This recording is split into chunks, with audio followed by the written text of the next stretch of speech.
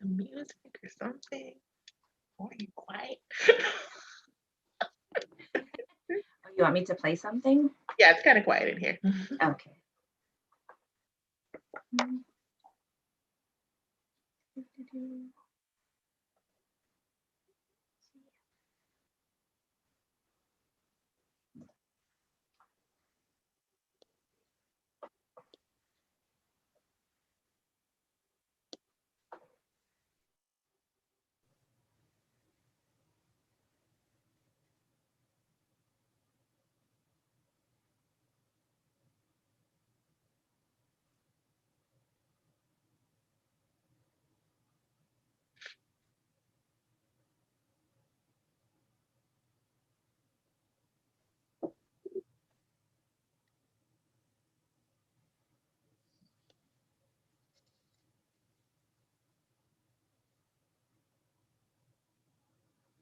Are we ready to go?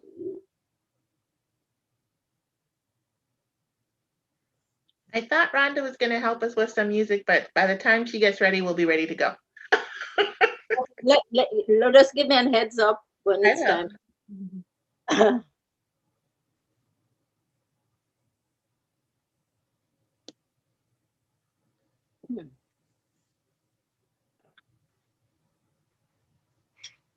Oh.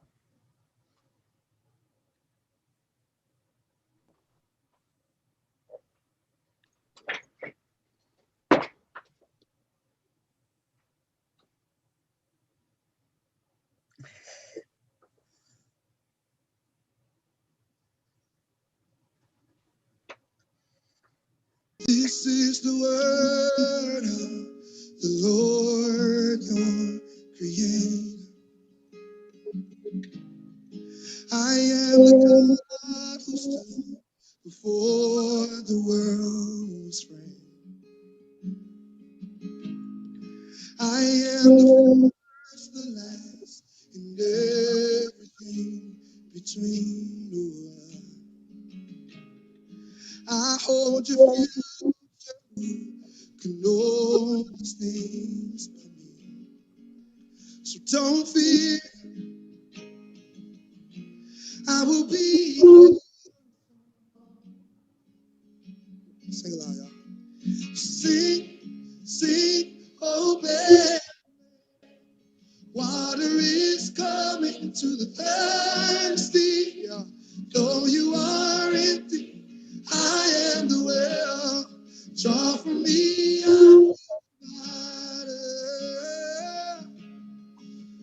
will provide. I'm the well of living water. Never run empty, never run dry. Oh, this is the word of the Lord, your creator. Say, I stand from age. I stand from age to age, the ancient of days. I'm the Holy One. Miss Mavis, Yeah. I am going to welcome everyone to the virtual Black History Month. We are going to start our program with the Black History Month Celebration Committee, which is now Black History Manitoba. Our president is Miss Mavis McLaren, and she is going to start us off today. Thank you, Nadia. Welcome, everyone. Government members, clergy, presenters, distinguished guests, ladies and gentlemen. I would like to start off by, I would like to begin by acknowledging that we are in Treaty 1 territory and that the land on which we gather is the traditional territory of Anishinaabe, Cree, Oji-Cree, Dakota, and Dene peoples, and on the homeland of the Métis Nation. And I want to wish everyone happy Real Day. And I have Real right behind me, so he's guarding me. He's the father of Manitoba, founding father of Manitoba. And so I hope he will guide us along as we go along and celebrate Black history here in Manitoba. Black history is Canadian history. It is an essential piece of the Canadian story. It gives us insights, understanding of how Canadian and North American societies were formed and how they work today. As Canadians work and struggle to build a better society, knowing and appreciating Black history is vitally important. Black history is played out every day in the lives of our friends and neighbors. Black history is important because it is a history of resistance, resiliency, and hope, even in the face of impossible odds. Black history is about social justice, freedom, and the love of humanity. Black history inspires us even when we are frustrated by what seem to be the slow and painful steps that progress takes. So today we're doing the history lesson, and as usual, our stories are not found in the history book of Western civilization, but we continue to tell our story, hopefully, and finally we will get in the history book. Before I go any further, or before we sing a national anthem, I'd like to thank Chairperson Nadia Thompson for her tireless work. She has worked so hard keeping us on track and making sure that this day is possible. A big thank you to Rhonda Thompson, Lori Todd, who has done tremendous work on researching and putting us together here, getting presenters, and so that we can have a good celebration of the history lesson today. I thank you for listening, and now we will move on to our national anthem.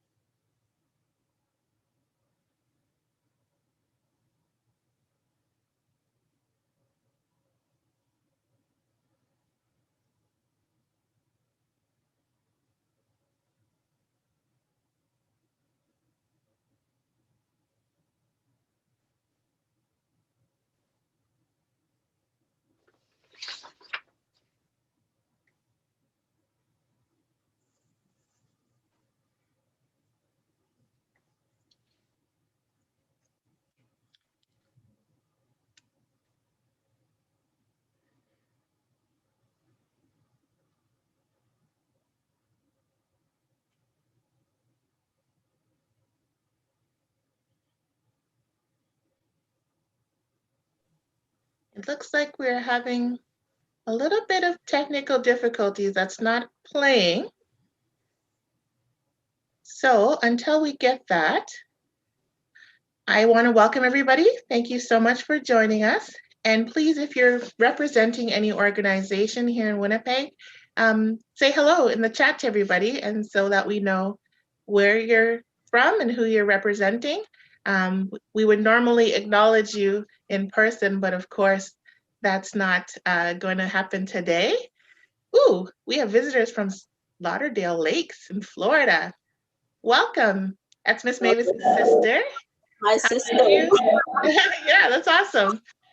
So yeah, join us, and they want to meet. We want to be interactive. So for sure, use the chat.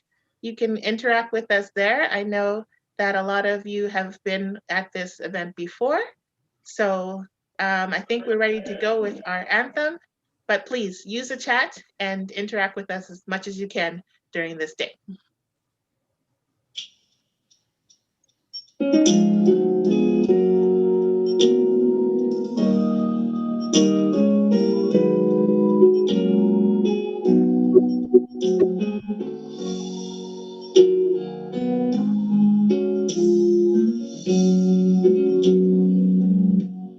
Lift every voice and sing till the thin heaven ring, ring with the harmonies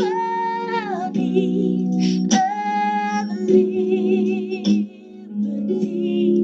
Let our rejoicing rise with the lifting skies. Let it resound loud as a roaring sea. Sing a song full of the faith that the dark past has taught us. Sing a song full of the hope that the present has brought us. Facing the rising sun of a new day begun. Let us march on to victory is won. God of our weary years, God of our silent tears, thou who hast brought us thus far on the way, thou who hast by led us into thy light. Keep us forever in the path we play. Lest our feet stray from the places of God where we may be. Lest our hearts, drunk with the wine of the world, we forget thee. Shadow beneath thy hand, may we forever stand. True to our God, true to our native land.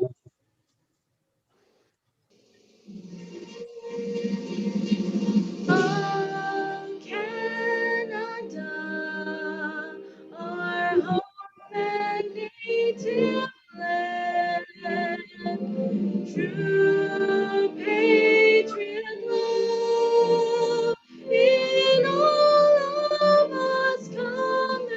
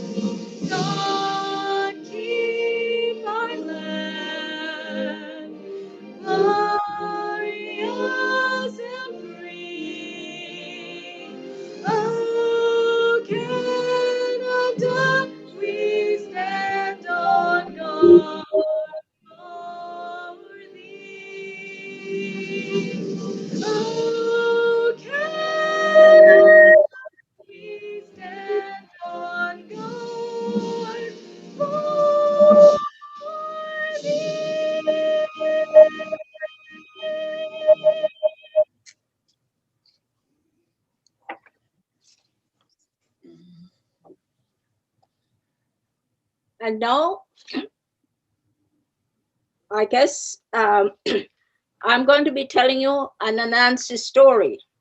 But before I do that, I'd like to say that during the days of slavery, our ancestors told Anansi stories which originated from West Africa. During the Atlantic slave trade, the stories crossed the ocean with the slaves through oral tradition.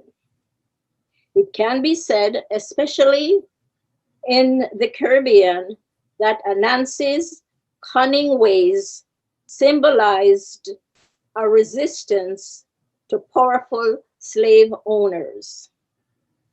Anansi, the trickify little Spider-Man who speaks with a lisp and lives by his wits, is both comic and sinister, both hero and villain of Jamaican folk stories.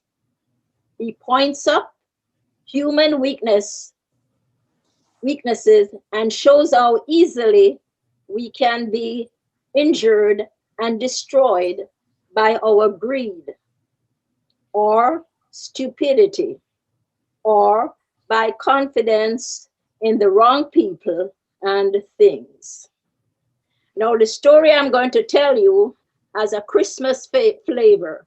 Although Christmas is just gone by, in my days when I was growing up, we all got a fifi for Christmas gift. And we were so happy to run around and blow this fifi all day long. Now my children, when they were growing up, they want Pac-Man and computer and all these things. So I'm going to tell you a story. Although it has a Christmas flavor, Christmas just went by recently, so I don't think it is, I think it is in order to tell it a story, a Christmas story at this time.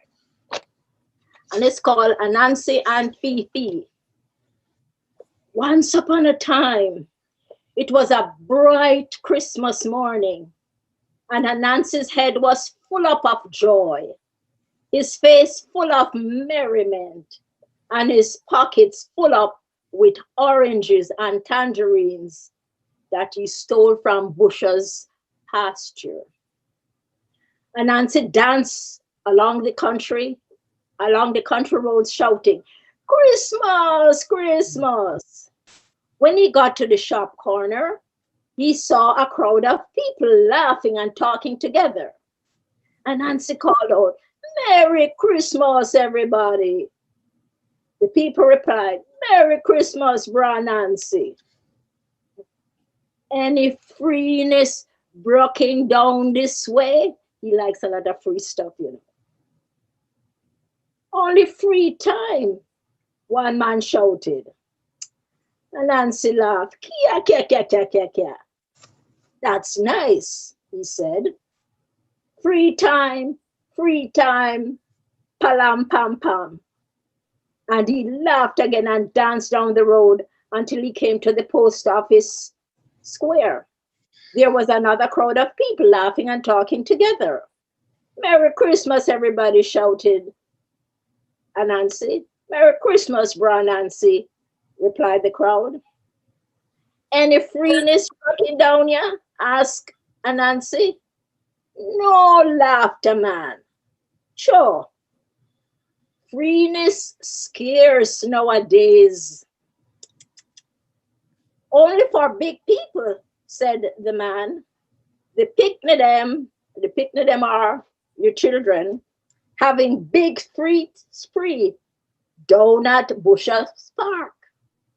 "Well then," said Anansi, "I go and study me brain." And he danced down the road until he got to the school gate, and there were a group of children jumping and chanting. And they chant this song. When we were growing up, you after "Popsy Dicey go Pinda Shell, Popsy Dicey go Pinda Shells." And Anansi shouted, and he jumped and shouted, "Mosquito 1, mosquito 2, mosquito jump in a hot callaloo." I guess all you Jamaicans know those things that we always do and sing when we were going there. And we were happy. What a nice man, cried the little girl. Yes, yes, a nice man, chorused the children. You children not going down to Busher Park for the free spree, said Nancy. Later on, said a little boy. The spree is going on all day, and can you show us another game, sir? All right, said Nancy. I know a sweet game. It's called Splash Splash down the riverside. Oh, we want to play that game. So this is how the game went. And it's, as usual, there is always singing when you're doing an answer stories. So it goes to, come we go down our riverside, come we go down our riverside, come we go down our riverside, we go play splash, splash, one more time. Come we go down our riverside, come we go down our riverside, come we go down our riverside, we go play splash, splash. Huh. Nancy said, well, that is the first part of the game. So he said, come down to the riverside. We're going to play it. And I want you to splash up water in the other children's face as you play in the water. Now, everybody get in your bathing suit and go in this shallow part of in this shallow hole. The children put on their bathing suit and jumped in the water. And Nancy said, that is the first part of the game. Now, everybody splash, keep on splashing until I return. And Nancy quietly tiptoed behind some bushes and said to himself, no, I'm going to borrow the biggest little boy pants and go look for freeness. Yeah. He laughed. And Nancy quickly found a pair of pants to fit him. And Nancy is a very small man. He changed into them and said, I bet not a soul can tell me that I'm not a picnic. I'm not a child, of course. And Nancy ran as fast as he could down to Busher's Park. Just in time to hear Busher's wife saying, the girls' event will start now. The boys, 1 hour from now. And Nancy was upset. What a cross is for me, sir. Me dress like boy and then go and start girl business first. We can't wait 1 hour. I must reach back to the riverside where the picnic, them play splash, splash. And Nancy was so upset that he said in a loud voice, what are you going to do? A woman standing close to him exclaimed, what a little boy with a big voice. And Nancy frowned and turned his back on the woman. But he thought to himself, my voice is against me. I must talk no more. Just then, Busher's wife announced, all girls wishing to take part in the race, come forward. The race starts in 5 minutes. 2 little girls ran forward dressed in shorts. Massa me massa, thought Nancy. Girl in a pants. Then all me need to do is to dress up my head like gal and don't talk at all. Easy. And Nancy laughed, kya, kya, kya, kya, kya, kya. And Nancy cast his eyes to the left and saw a big gum tree. He cast his eyes to the right. He saw a red poinsettia tree in full bloom. And Nancy ran to the gum tree, rubbed some gum on his fingers, then ran to the poinsettia tree, picked some red poinsettia and ran down the gully. And Nancy fixed the red Anansi fixed the red leaves like a big ribbon bow and gummed them together and put them on his head like this. And then he said to himself, "Farden here and pound of ribbon." In the olden days, that's a farthing was the lowest coin you could have, just like how you have your cents here. Anansi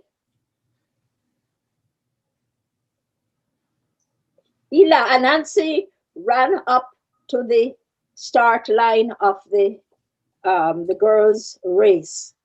Ready, steady, and away we go. On the word go, Anansi sprinted forward, leaving the children behind, and was the first at the winning post. Busha rushed up to Anansi. "Congratulations, little girl. You have won the basket of cakes and fruits and cookies and all nice things. What is your name?" Anansi grinned and went. Busha's wife said, "Answer the Busha properly, child. What is your name?" Anansi went. Busha said, "Oh dear, it seems as if the poor child can't talk." Anansi nodded vigorously and went. Busha's wife said, "Poor little Fifi." Busha handed Anansi a big basket of cakes and fruit, saying, "Here is your prize."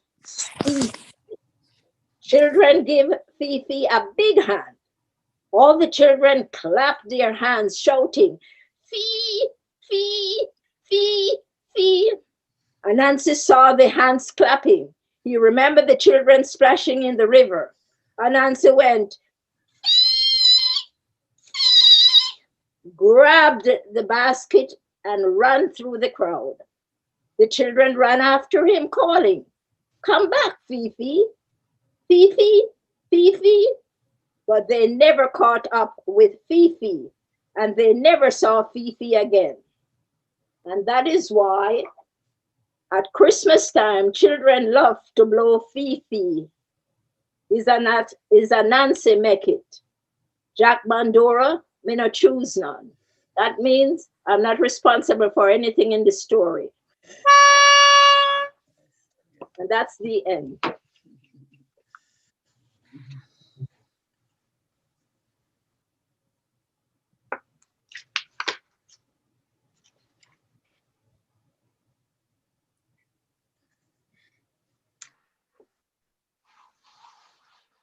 Awesome. So we are going to move on to a cooking demonstration, and that is going to be presented by video by one of our BHMCC members, Ms. Patrice Gilman.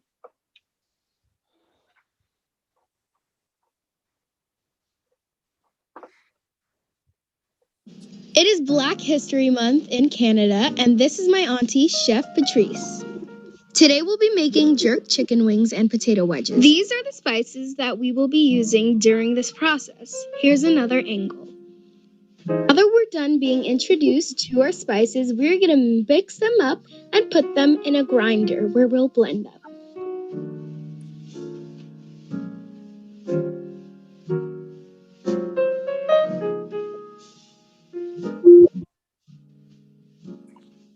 Now you guessed it, it's chicken time.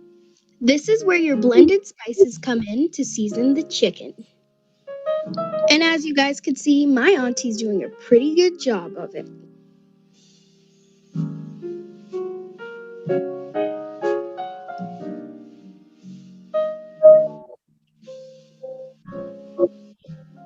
Usually the chicken is marinated for 24 hours, but for this video, it was marinated for 45 minutes. There you have it, we're all done mixing the seasoning. Now on to the washing of the potatoes.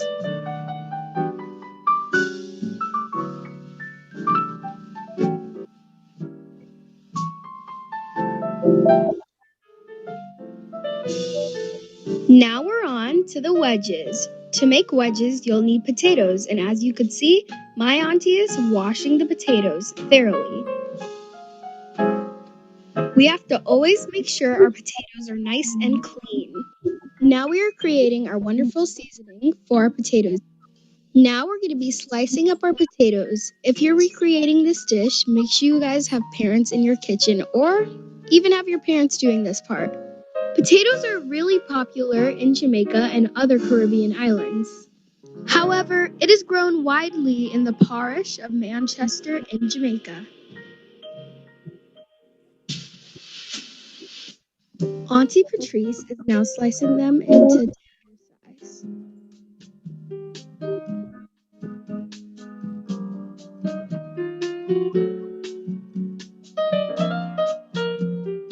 As you could see, Auntie Patrice is now slicing them up into wedges size.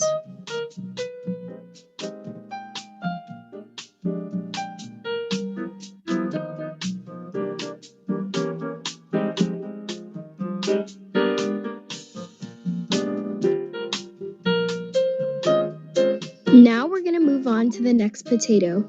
Continue this process and remember to not rush this. Be careful.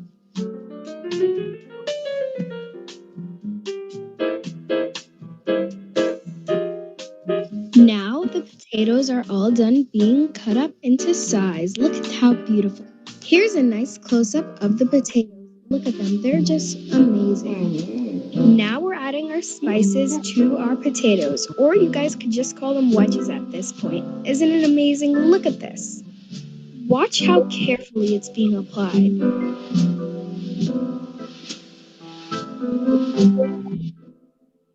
Now oil is being applied to our potatoes. Okay, now you have to mix everything you just put in and make sure you mix it very lightly. Try your best to not get any potato loose. Try to just mix it up.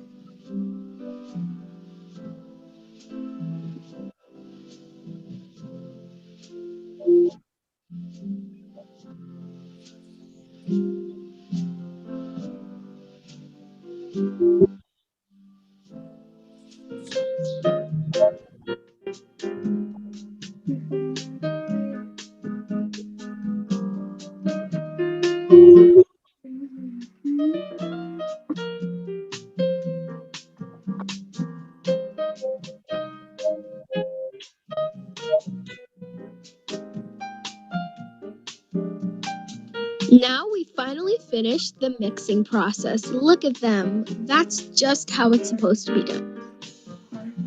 Now we're lining all the potatoes into a tray before we put it in the oven.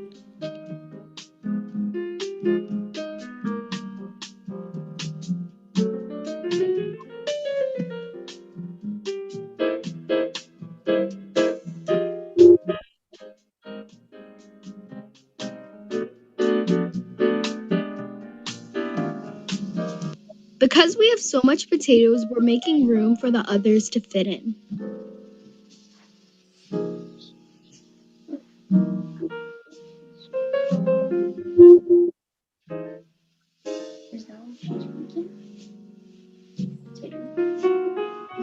And now we're all done lining them.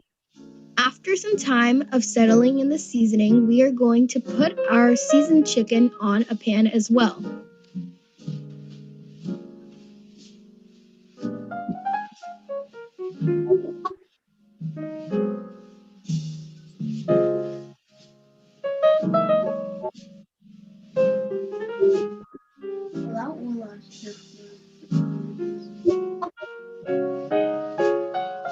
Now we are finishing up, and we are officially done with this step.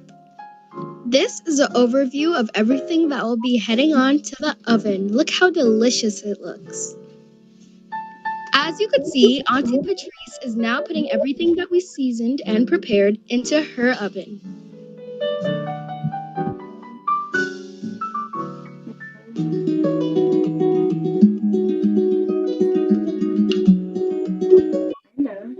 Now the meal is done. Here is the final product of jerk wings and wedges. Happy Black History Month. Enjoy!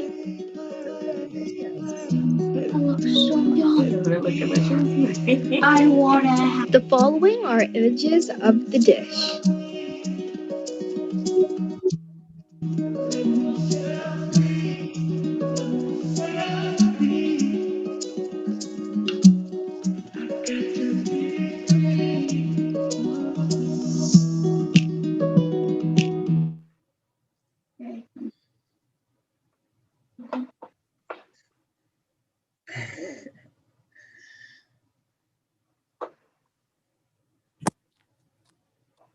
That looked pretty good, not gonna lie. Normally we'd have a whole array of aromas going through the Jamaican Association Hall, but of course we're all at home, so when you make it, you'll get that same sense and that smell. So thank you so much, Patrice, for sharing that, and RJ, who narrated that wonderful video. Thank you so much. I'm gonna ask that my co-host, Rhonda, get back to that video and do the ingredients. If you can type it up into the chat. I know it went by really fast, so a few people missed it, but if you could, that would be great. As she does that, I am going to move on to our next host, or sorry, our next presenter.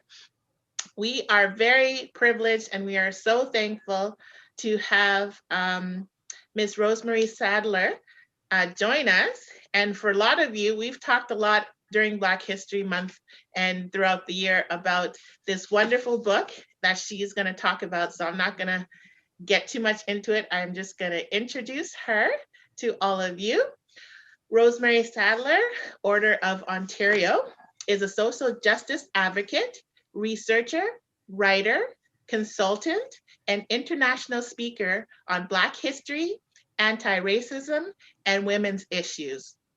She is the past president, serving for 22 years as the unpaid leader of the Ontario Black History Society. Being the driving force of the secured commemorative state, sorry, I'm gonna start that over again. Being the driving force of the secured commemoration of February as Black History Month at all levels of government, she secured August 1st as Emancipation Day municipally in 1995 and provincially in 2008 with a national declaration pending. She saw to the creation of the National Party for the Honorable Lincoln Alexander. She is given deputation to the UN Rapporteur on Race Relations, the federal and provincial governments, and on consultative work with the Royal Ontario Museum. Previously, she served on the final selection committee of the National Matthew DaCosta Challenge for Canadian Heritage and the Canadian Post Stamp Advisory Committee. As an educator, she has developed or contributed to the African Canadian curriculum, national exhibits, and she was appointed member of the College of Early Childhood Educator. As an author, Sadler has written 7 books on African Canadian history. A consultant, she affects diversity and inclusion projects, and recently was appointed equally lead for the Americas and the Caribbean with the Royal Commonwealth Society. Sadler is dedicated to social justice and using the frame of Black history, seeks to educate and empower others. Please help me welcome Rosemary Sadler.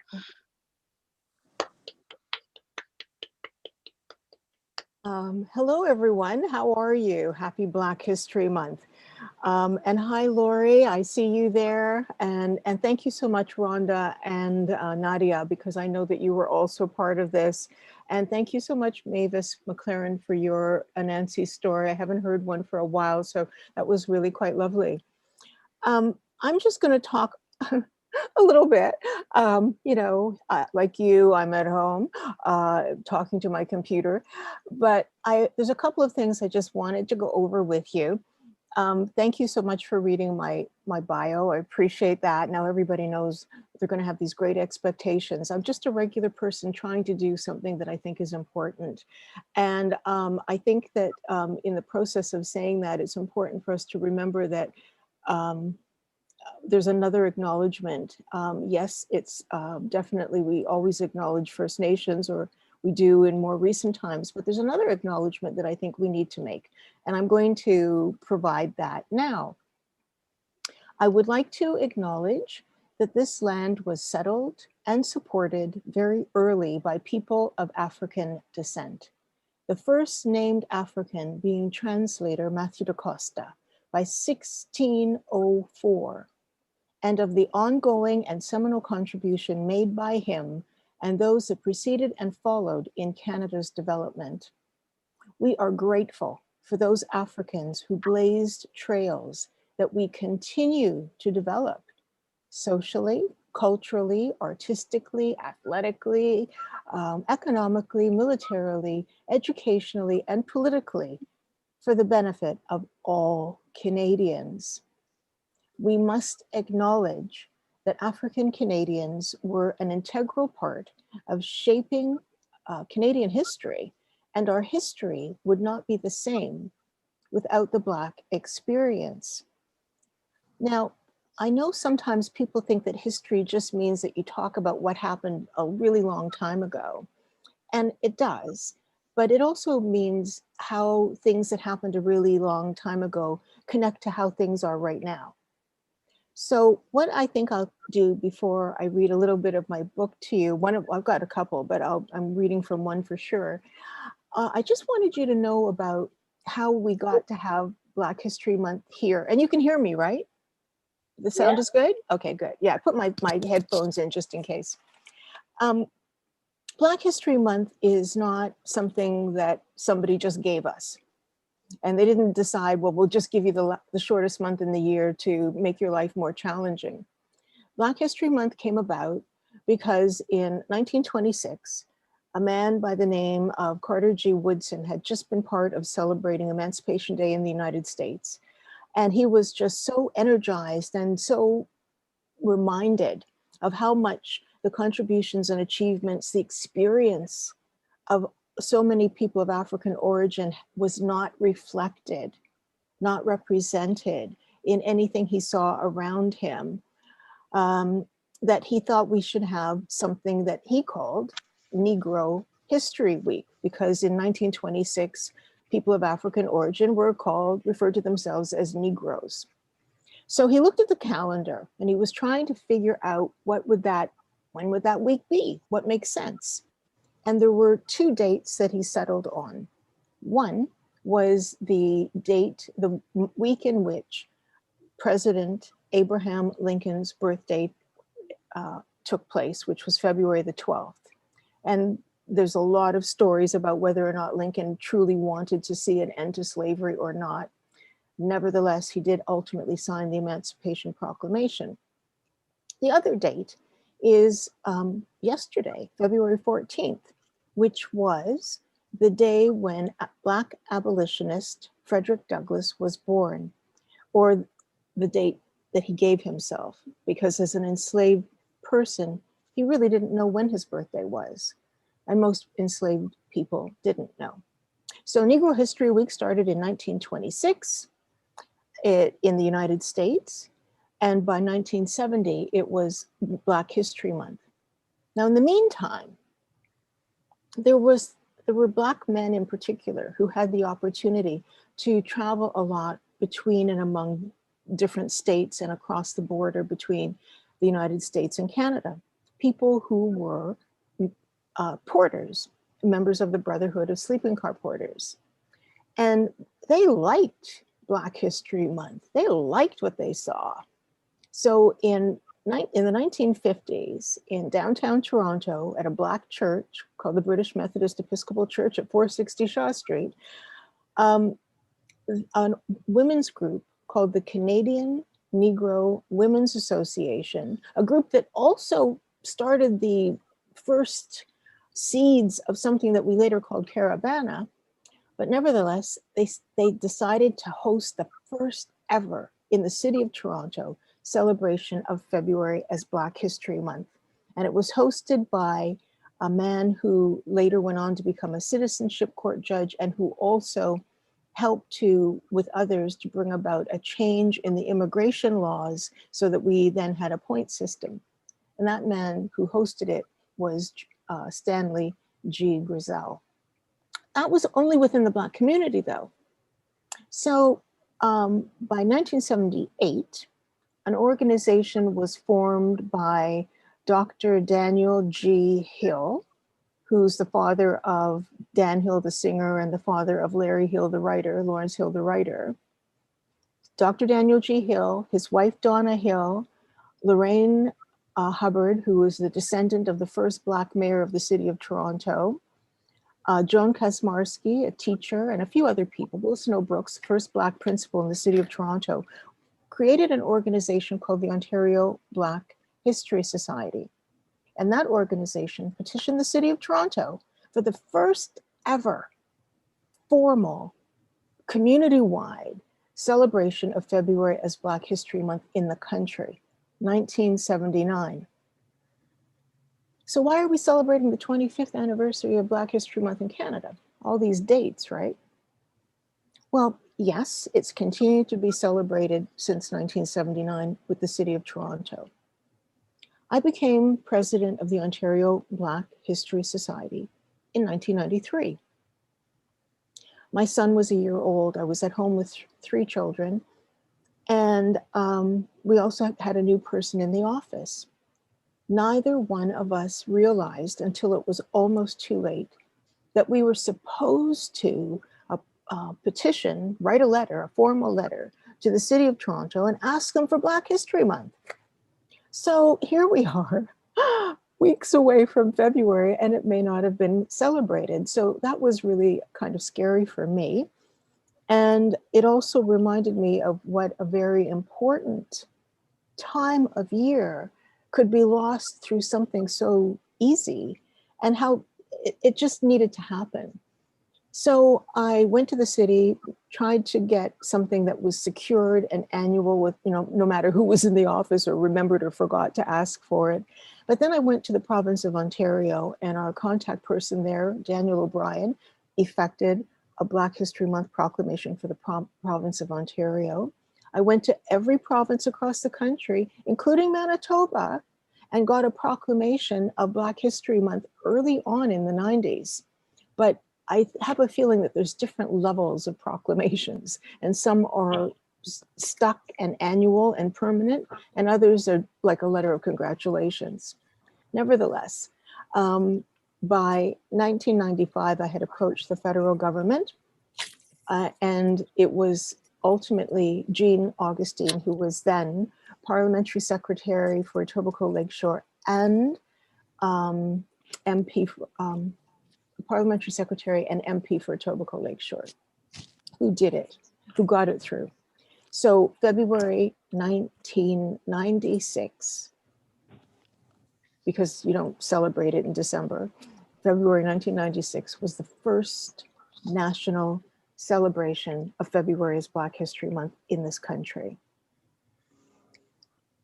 And I think that we should be really happy that it's happening now. And thank you so much for celebrating and including me in your celebrations today.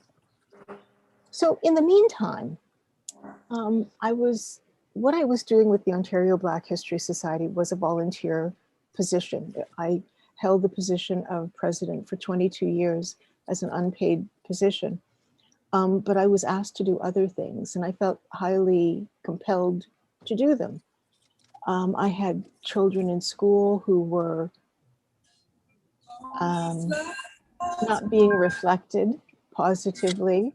There were things going on in the community, and I just felt that we needed more. So when, I don't know who needs to mute, but could you please mute? Thank you so much.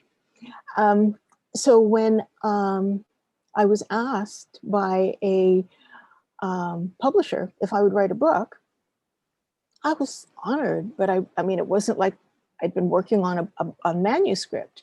So ultimately, my first book came out of that, which was called Leading the Way, Black Women in Canada, which led to several others, including a book on Mary Ann Shadd, the first woman to found and publish a newspaper in North America, including Harriet Tubman, the person who is most well known connected to the Underground Railroad, and another book that I'm going to read to you from today, and excuse the sticky notes.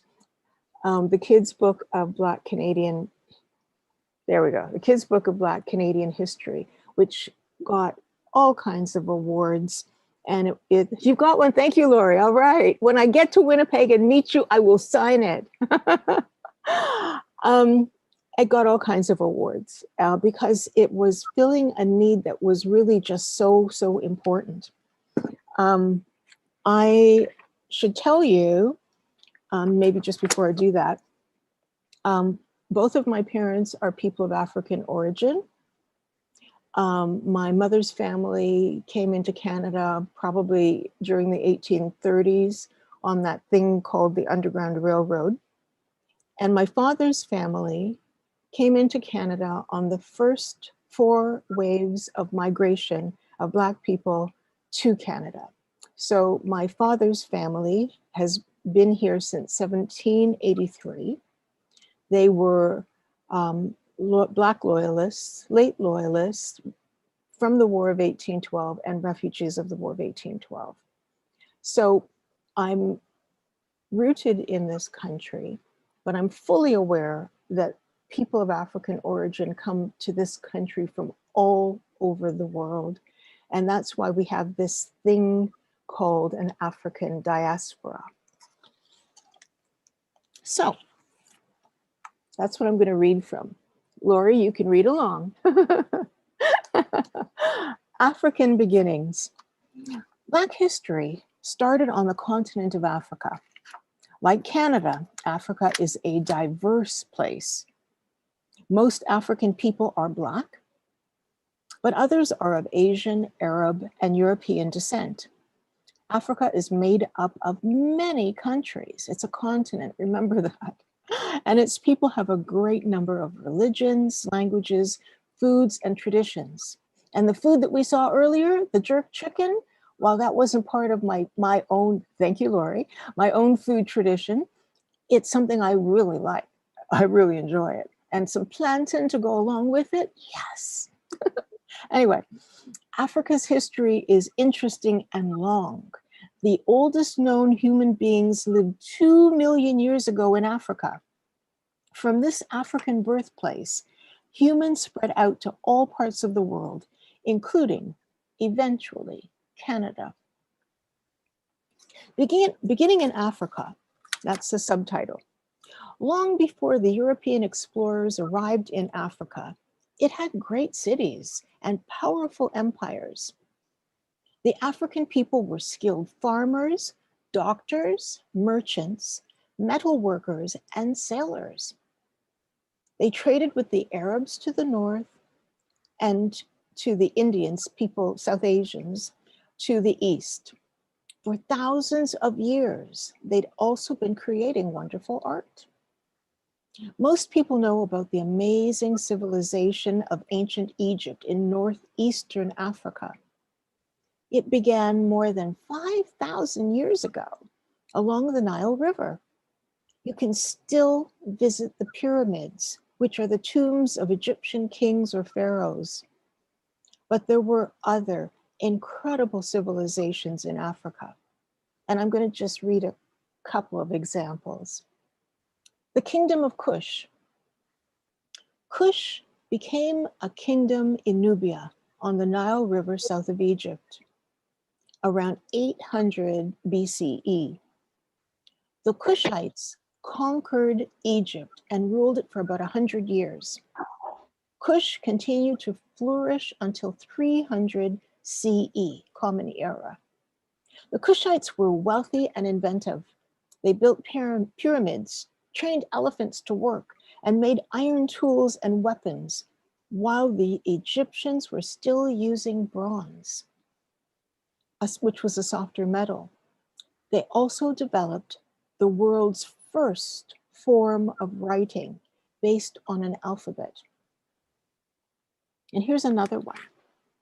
We're going to now go to the west side. West African kingdoms. While knights and castles flourished in Europe, the kingdoms of Ghana, Mali, and Songhai arose in Western Africa. Traders from these kingdoms crossed the Sahara Desert regularly, their camel caravans loaded with gold and salt. They returned carrying metal, cloth, and leather goods from Arab countries such as Morocco in northern Africa. With the wealth gained from trade, Ghana, Mali, and Songhai built beautiful cities. Their kings received visitors in splendid palaces. And then there's a little box, which I love, these little, well, you can't really see it, but here's what it says. Timbuktu in Mali, thank you, Lori. Timbuktu in Mali had an important Muslim university at least 600 years ago. Students from as far away as Europe went there to study astronomy, literature, mathematics, medicine, and music. Black history doesn't start with slavery. Black history starts with our amazing accomplishments. And it changed because of slavery. It was interrupted because of it. So I'm not going to talk about slavery, not because it isn't important to talk about, but because it's come up already in our discussion so far today. And I wanted to read you something else. Oh, let's just be clear though. While I don't want to focus today on slavery per se, we can talk about that in and of itself because it tracks so perfectly to situations right now. But Canada had slavery. Canada had the first free African arrived here in 1604, who I mentioned at the outset when I gave the African acknowledgement. He was free and he helped to effect trade between the First Nations and Europeans. He was well sought after because he was a man who was capable of doing so much in terms of his communication skills. He was really gifted. And he could speak French and Dutch and English and Portuguese and the language of West Africa where he was from. He could also speak Mi'kmaq and probably Maliseet. So he was really able to speak in a very genuine way with people, and that's why his skills were so valued. But we don't really know what happened much to Matthew. He ended up back in Europe. There were some issues. Everybody wanted him to work for them, and he ended up having some issues around that. But the first enslaved person in Canada arrived in 1628. So slavery started with, there were Pani or First Nations people who were enslaved as well, but the first enslaved African, because no one is born a slave. Slavery is a condition that is placed on you against your will. So he was enslaved and he was 8 years old and his name was Olivier Lejeune. And he arrived in New France. He even became Catholic. It didn't matter. He was still going to be a slave for the rest of his life. And slavery continued throughout New France, continued with the British occupation, continued until August 1st, 1834, which is the emancipation commemoration I'm trying to get the federal government to put through that I've been working on since 1995. Things take time. Okay, so I'm going to read this. Lori, you've been reading along. You're a good student. And I just love that drawing. I really appreciate the artwork that my that was done by Wang Hezhen. Okay, the Underground Railroad. The story of the Underground Railroad is filled with daring escapes, secret passwords, disguises, and brave heroes. The name makes it sound as if it was a modern subway. But it wasn't a railroad at all. An underground meant secret. It was a network of trails that runaway slaves could follow from the plantations in the American South to freedom in the American North, and then later all the way into Canada. Along these trails, the Underground Railroad offered stations or safe houses where the fugitives could hide from slave hunters. Most important, the railroad was staffed by conductors, women and men, black and white. These guides defied the law to help fugitives from southern states escape to the 14 free northern states or to Canada. Now, I'm just going to read one little bit more here because I've been talking a lot. And I'd be happy to take your questions at some point, or you can email them to, I'm looking at Nadia, poor Nadia, or Lori, if you want to. Anyway, when did it operate? The Underground Railroad dates from about 1831, the year of Nat Turner's revolt against slavery, to about 1865, when Lincoln had signed the Emancipation Proclamation. So it went into effect in 1863 and then another one in 1865, when slavery was abolished in the United States. During that time, slavery was illegal in the northern states, but Black people escaping from southern states didn't dare stop there. If they did, they could be caught by slave hunters who were allowed to recapture slaves and send them back to their master. Even worse, in 1850, the Fugitive Slave Act was passed. It declared that anyone in a free northern state who knew about runaway slaves had to turn them in. As a result, the Underground Railroad was most active in the 1850s. Now, what sparked the Underground Railroad? Well, the fact that people knew that if they came to this place, they could be free. And while there's still many challenges to being free, equity is something we're still working on seeing happen for everyone. It was a step ahead of what was happening for them prior. So Black history is a story of how we came to be. It connects to our identity, our culture, our history. It connects us to everybody in the world. And I hope that my few minutes with you makes you feel proud of being a person of African origin, or reminds you that people of African origin have made a contribution and continue to make contributions to the development of Canada and to the world. Thanks so much for inviting me today. Thank you so much for that moving and informative. You're so exceptional. Thank you, thank you, thank you. Thank you, Nadia. I'm gonna get Lori to watch the chat for any questions. And while she's doing that, I am going to point out a little of our own history, because this year, Black History Manitoba is celebrating our 40th anniversary.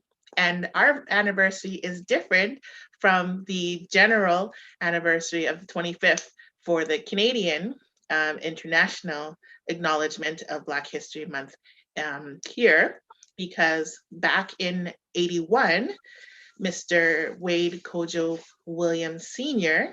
is the one who spearheaded the initiation of Black History celebrations here in Winnipeg. And there was a small group of community members who got together and decided that we need to be acknowledging our history, and as a community celebrating what we've accomplished and how far that we've come, and to continue the fight for anti-racism, discrimination, and the acknowledgement of people of African descent. So that's how we started here in Winnipeg. And we have him and people like Dr. June James and Mrs. Mavis McLaren, all of those trailblazers who have been able to continue the fight that we try to take up that torch and move forward to help with. So thank you very much, Rosemary. We're now best friends. You are now best friends to the Black History Month Celebration Committee. And we just thank you so much for taking the time today. Is there any questions that we have? We've got time for maybe 2 or 3. Yes, I'm gonna go to Derek Lowen. I'm gonna ask you to, if you can, come on with your video and you can unmute yourself. Yeah, absolutely. So my background is I did when I was in university at UW, I did a Uniter article on Black History Month in 2019. So I think I spoke to Nadia and Mavis, but that was a great presentation, Rosemary. And I was just going to say that second acknowledgement about Black History Month in Canada was very important for my understanding, to put it in context of what Black History Month means, and that there was a huge contribution in Canada as well, because sometimes in my understanding it gets grouped into the US history, and it's interesting to hear it distinctly, like there's a distinct Canadian history to that as well. My question is, which sources did you use for your book when you were researching it? Everything I could find. I mean, you know, that's the reality. One of the realities is that this was, in a way, probably the only source that existed for a very long time, because it was basically the material that Dr. Daniel G. Hill had been able to amass in the process of working on his, I believe, his doctoral thesis. And he was also the person that helped to inform the formation of the Ontario Black History Society. So there was that kind of information. There was also my lived experience of having been across this country, in particular to Southern Ontario, and knowing, despite what I was being told, that there were Black communities around this country who'd been here for generations. My cousin almost married Mrs. Atwell, your first Black pharmacist. But I don't know, life intervened. And so Jerry, may he rest in peace, is somebody I've come to know, but he could have been my cousin. So there were there were communities across this country. And so it's that lived experience, knowing how and what they had gone through, always knowing that my family had come in on the Underground Railroad, going to the Black church where Harriet Tubman had lived across the street for 8 years. Like those little bits and pieces helped to inspire me to look in archives, interview people, look at personal records, and see what other people had written. I should add, okay, this is another book I've done with other people. It's called Black History, Africa, the Caribbean, and the Americas. I was a consultant and I wrote a number of chapters, and you can get this too. But you see how thick it is. So I would say that this is like about, I don't know, an inch and a bit thick. When I remember going into the University of Toronto Library when I was going to write my first book, and I looked up, seems funny now, but I looked at a book written by a very well-known Canadian historian, and I believe his name was J.H.M.S. something Careless. And the book was, you know, probably almost 3 inches thick, which is what, about 6 centimeters thick, right? Maybe more. And I went into the book, and it's, you know, I didn't have 6 weeks just to go through his book. So I went to the back and I'm looking up Negro, African, slave, West Indian, whatever word might bring up information about people who look like me, and the whole rainbow, people who look like me. And I finally found the word, and the word was slave. And I went to the page where slave was going to be appearing, and there were two sentences, which essentially said they came here on the Underground Railroad and they went back after the Emancipation Proclamation was signed. And I'm here, sitting there holding that book, knowing about my family on my mom's side. I knew more about her history at that moment than my father's. That there's this people across this province related to me that didn't go back to the United States. I mean, it depends on who is writing the story, where they're starting from, and how far back they really want to go. And there has, unfortunately, over generations, been people who have remembered to forget to include what we have done.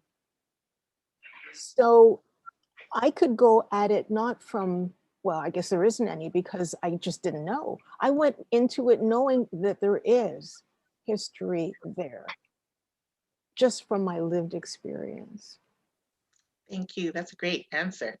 There are going to be two questions that I'm going to give to you, and then we're going to let you go because I know you've given us lots of time. So the first question for you, Rosemary, is what inspired you to write the kids' book? It's not in the schools. Well, you know, my feeling is, I'll connect it to swimming. I can't really swim well. I grew up in Toronto, and I didn't grow up on a beach. I did go to a cottage in the summer, but it didn't have a really great beach. It had a dock, and you know, we would go out boating, but we didn't have like a beach that we were right beside. I can't swim. So by the time I first took swimming lessons, I was 10 years old. And I muddled through and did okay, but I can't swim. I in high school, I was able to get my credit. I swam across the pool, never swam again. I mean, I play in the water. I love the water. I love beaches. But I equate it to that. If you introduce a concept, an activity, an idea to a young person when they are too old to get it, too old, already learned, like I already learned why water was dangerous before I ever was there, like really learned it. So you have Black kids in school and they're already learning that they're terrible, that they're supposed to be stupid or ugly or not worth anything, that the people who look like them have done nothing. You can't have years of that message coming through to you at school, in the community, in the media, by, you know, omission, and then suddenly hit them with a book when they're in high school and say, here, and aren't you proud that you came from slavery? It's too late. They're turned off. They feel humiliated and awful. So it has to start really early because I'm Black every day. I'm Black. I was Black when I was 1 year old. I was Black when I was 2. I was Black when I was in kindergarten. And I was dealing with issues of being different because I was the only one in my school. So I know that's a long answer, but basically, because starting early means, like some of you are connected to churches. You understand the value of Sunday school. You don't wait until somebody's ready to get married and then start talking to them about why they should consider becoming a Christian or a Jew or a Muslim. You start early so that people can ideally work out their own way of being connected to that concept or that idea. Wonderful. So then the last question, I hope that answers your question. Thank you, Rhonda. The last question. So what is one piece of advice you would give to equity and inclusion professionals trying to fight for Black and other equity deserving communities? Well, you know, there's not really one piece of advice, is there? But I think that one thing is that you really do have to, if you're white, I think you really do have to give yourself some time to examine what white privilege has meant for you. What are things that you can do or that you can access or that you can be connected to without really thinking twice about it. And what does that mean, and how do you proceed? You know, you need to be able to have that opportunity to reflect on what that advantage has meant for you and what it continues to mean for you. And I think, and that may also apply to other groups too, but for sure it applies to people of European descent. I think the other side of that is that if you are a person of African origin, there has never been a better time to state your case, because I'd really like to think that given everything that has happened in the past few months, that people really do want to try and find a way to make things better so that these situations don't take place again in the future. That's great. Thank you so much again. We are so grateful for your time. And we hope that this relationship continues to grow. You're very special to our community, and all that you've done, we really appreciate that. So thank you again. Well, thank you. And I for a little bit. one more thing. Yes, ma'am. In Winnipeg, I met my grandfather. How did I meet my grandfather? I went to the Canadian Museum of Human Rights. I went to the second floor, and in one of the exhibits on voting rights, it was a life-size image, right? But it was so stark because I didn't expect to see him there, and there he was. So they took him out of context, but I loved that opportunity. Anyway, thank you all for your patience as I talk forever. And thank you for celebrating Black History Month, because it has a long presence in this country. Again, thank you so much. So, we can virtually applaud. We have that. So you do have the opportunity there. I believe now there's an electronic version of your history book. I saw somebody, so you can get it that way. But Black History Manitoba does have some books available. So I think I'm going to leave it to one of our co-hosts there. They can figure out the best way to get it, but we will be giving away some of those books today. So stay tuned for that. We are going to move on with our program, and we've got some music history. We are going to go to our wonderful friend and committee member, Anthony Charles, who is going to take us down the path of the history of music with Bob Marley.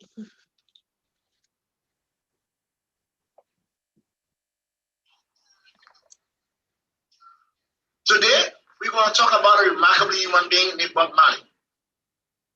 Then we're going to sing some of his favorite songs.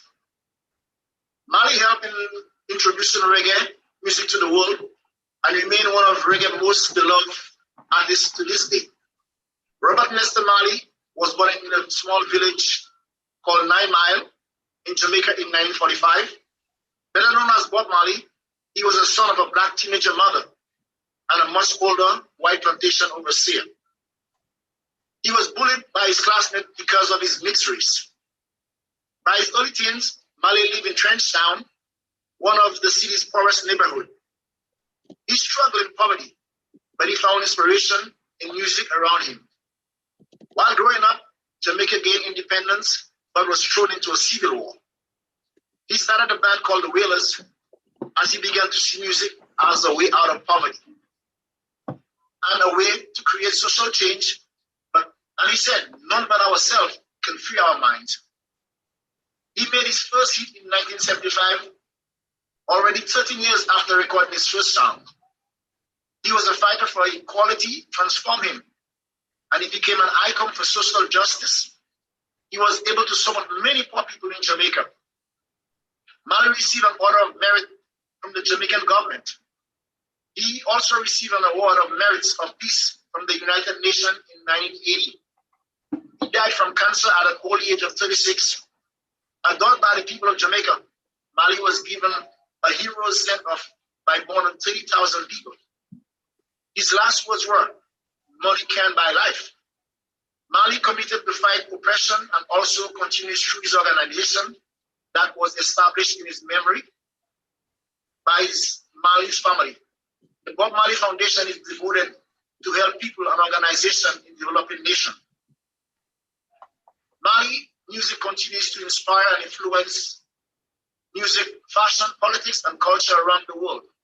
Long live his memory. Happy Black History Month. Here we go. One look. You know the song, sing along. Get him a dance.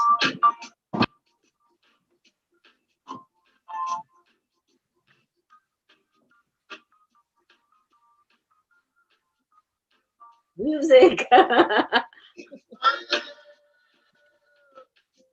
One heart, get together and be alright. One heart. And I will be alright. Get together and be alright. Let the past go there. The remarks. There is one question I would really love to ask. If there's a place for the sinners, it has hurt all mankind. Sinners no good.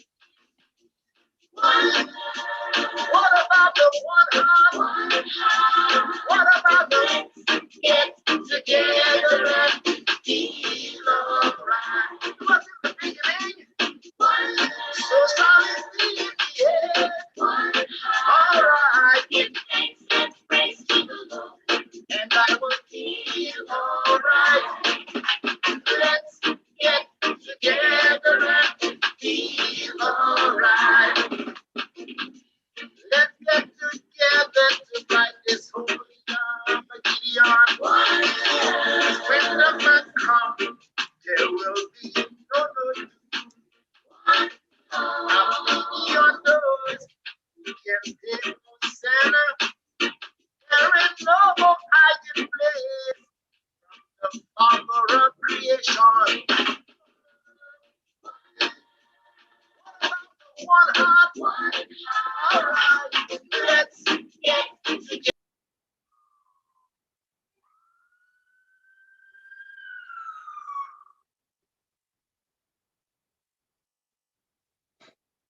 Thanks and praise to the Lord, and I will feel alright. Let's get together and feel alright. Praise to the Lord, and I will feel alright. Let's get together and feel alright.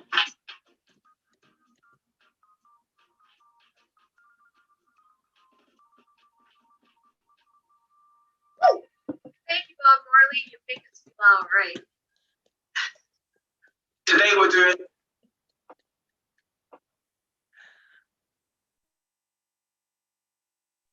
That was really great.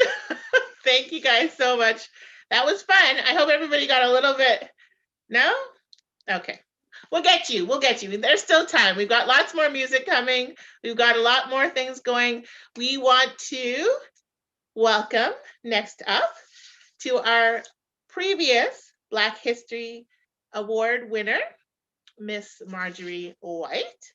She is a fantastic public speaker, a teacher and educator, and we are so happy to have her today. Marjorie, the floor is yours. Okay, thank you, everybody. I hope everybody can hear me. If you can hear me, just 2 thumbs up. All right. New way of communicating, yes, in a virtual world. Okay, so one of my job today is to tell you about the history of Black people in Canada, okay? And I'm so great to listen. I felt so great and blessed listening to Rosemary because I'm going to be repeating some of the things that she said because you know what? Repetition is for emphasis. So let's go back. Okay. Black history in Canada as an educator is often underestimated and under-recorded. You know, and when we think of Black history in Canada, for me as a West Indian who came way after all the different waves, I was just amazed to see how Canadian history looked like this. Very, very, very, very, very, you know, white. It explained the European side of things. But going to university, I realized something that if you look closely, look very closely, you can see the Black footprints of our ancestors. Okay? And I want you to remember this acronym C, SEA. C refers to our stories, our experiences, and our accomplishments. Because, as I mentioned, the history books don't do us very good. We have to go and really look deeply to see the footprints of our ancestors. So, one, it's very interesting that I'm talking about C because I'm going to look at the Black immigrants in terms of waves. They came in waves to Canada. Okay, so one of the first recorded person in history, as Rosemary mentioned, was Matthew DeCosta. And I will not talk about him because somebody else is going to give you much detail about this extraordinary human being. But one of the first wave were the Black loyalists. Okay, these guys were, they came to Canada as a result of the American Independence War. So the British promised them, hey, you fight for us, we will do X, Y, and Z. We'll give you your freedom and we will give you land. So guess what? That sounds very interesting. So a lot of people came to Canada back in the 1700s, back in 1783 and beyond, come to Canada for this new event. That was one of the first waves that came to Canada, Black immigrants. And next wave, interestingly, was the Jamaican Maroons. I was so surprised about this group. I was like, Jamaican Maroons? Because when I was just learning Black Canadian history. And of course, Black Maroons were like, they were like a pain to the British in Jamaica. And eventually they reached an agreement. Jamaica said, okay, send them to Nova Scotia. They came to Nova Scotia. Long story short, they didn't get along so well, but that was one of the second waves that came to Canada. And next wave that came, one that we are very familiar with, and Miss Rosemary mentioned it, was the underground immigrants. They came up for freedom. Canada was a part of this extensive freedom route. We're not sure how many came up because it is supposed to be secret. We are estimating anywhere from about 20,000 to 100,000 that came in the waves. And when these waves came up, they did not they were very active. They really wanted and they contributed a lot to Canadian history. And next wave that really impacted the prairie provinces was the Exodusters. These guys came up from Oklahoma. Okay, they escaped from the South during the American Civil War. They came up, and they didn't like what happened afterwards. They came to Oklahoma, new state opening, a lot of opportunities, but they realized that something wasn't right either eventually. And I'm not going to go in depth because other people are going to talk about some of the effects and some of the social, economic, political, financial impacts that they endured these different waves endured. So when the Exodusters came, they really had an impact because Oklahoma was not doing well. No, because what Oklahoma was like, hey, we have too many Black immigrants in Oklahoma to stop, put the brakes on. And they did put the brakes on. And these Black immigrants started to look out west. And they said, and they came to Canada. So a lot of Black communities were established from Alberta to Manitoba.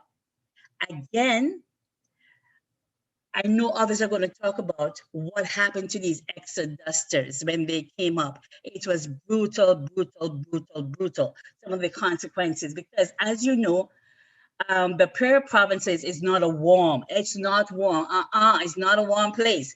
But nevertheless, they endured. Black people since then, and we have after that, we have the domestic workers that came up from the Caribbean. The African, next wave after that was the African immigrants. So we are always coming to Canada in droves and in waves. Another thing to realize that between 1962 and 1980, 370,000 people from the Caribbean countries as Jamaica, Barbados, Trinidad, all came to Canada. Wow. So nevertheless, Canada was always seen to Black people as that wave, that place, that safe haven. But, as I say, but when you underline, when you analyze some of the impact that these people really endure, it was painful. They had to endure on all of the ways, prejudice and racism. And it spread from shore to shore, whether you were in the East, whether you're in the West, whether you're North or South, there was a common element, racism. But it's amazing to see the grace. And guess what? The United Nations, as they have declared the decade for people of African descent from 2015 to 2024 to encourage us to promote the knowledge and the history and the impact. Black people, as Rosemary said, they have played such a critical role. Every day you're doing something that a Black inventor or a Black person has accomplished. And if you look closely, especially in the prairies, I want you to look closely because our footprints are forever etched in this Canadian landscape. So please, again, to understand the Black immigrants, you have to look at the different waves and the impact that they have had on our people. Thank you. Thank you so much, Miss Marjorie. We love it. We're continuing to learn and we're continuing to talk about Canadian history because we don't get that in schools. So we love when our educators come on and share with us. So appreciate that so much. I am going to turn it over quickly. I'm going to call her out, our lovely co-host and one of our committee members, Miss L'Oreal. She was instrumental in getting this programming started. So I'm going to do something in the background. And Lori, I want you to, could you share a little bit with us as the program is going so far? You know, I consider myself uniquely privileged because I am on the inside of this planning for the Black History Celebration Committee. 6 years ago, I asked Nadia, I said, I see how hard you work, how absolutely dedicated you are to Black History Month at the time, which is now Black History Manitoba Celebration Committee. she puts in between her, Rhonda, and the rest of the crew who have been together for many years, they put in hundreds and hundreds of hours every year. So at the time I said, can I help with something? And here we are 6 years later. I brought my hubby Kenny in with me, and we just say all the time, what can we do to help? What can we do? Because the difference between getting something done and is taking action. People can talk about the situation should change. People should do better. Well, then do better. Do something. So that's why I'm doing something. I usually run the Black History Manitoba Celebration basketball event, which we're not holding this year, obviously, but we are going to be holding hopefully in the summertime or shortly thereafter. It has become a huge event with music, Westman team training. We're supported by Basketball Manitoba and Maple Leaf Sports with incredible prizes and giveaways and such training, supported by Ogo from Zuike, who you'll hear from later on. And now with Miss Mavis, we worked to get the history lesson in order this year. And I cannot tell you the amount of knowledge that I gained in the research that I did for this event. I'm having a terrific day. I appreciate every single one of you for being here. If your friends aren't on, please go to the media, go to your Facebook, share the event. We're still going to be going on for a number of hours because there's a ton of interesting guests, Marcus Chambers, Audrey Gordon.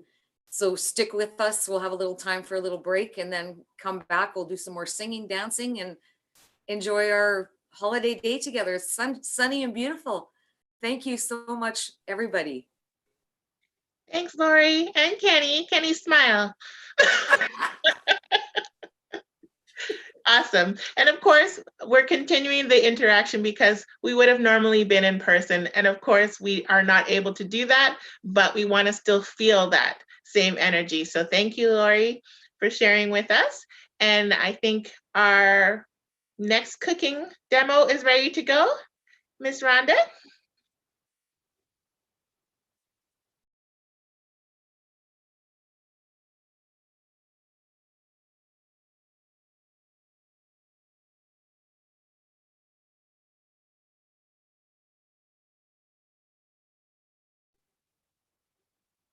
Hey, Ron, can I get you to start that over and check your sound?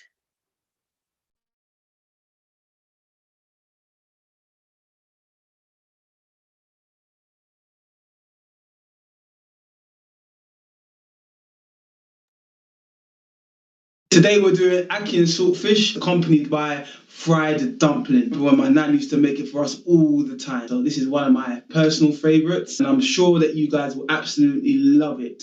Easy, accessible, anyone can do it. Comment, subscribe, and like, and make sure you share to your friends and your family as well. Let's get cooking.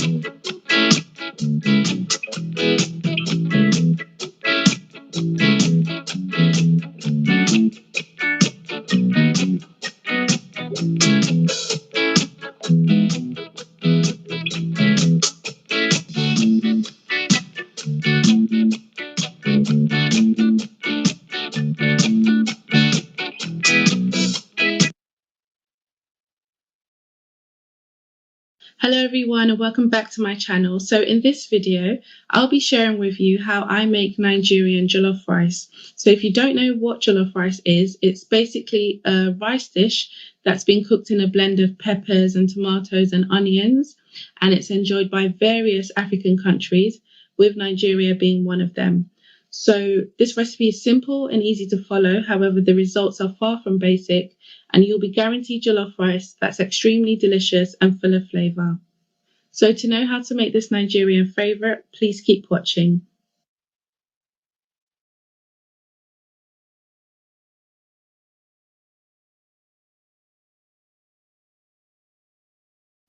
So to make jollof rice, you will need the following. So for this recipe, I used 4 mugs of easy cook long grain rice, and the brand of rice I used is called Tolly Boy.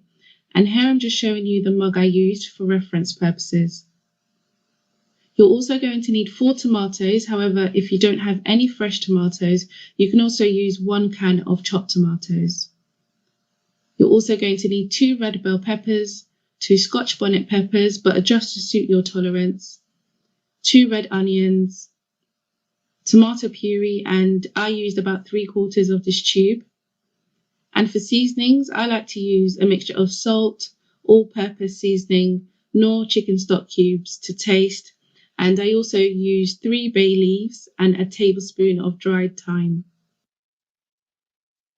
So to begin, blend the pepper mixture, which will be used for later on. So add the 4 tomatoes, the 2 red bell peppers, 2 Scotch bonnet peppers, and 1 onion into a blender.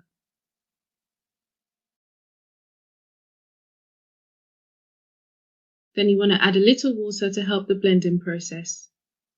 And blend until smooth and set aside for later.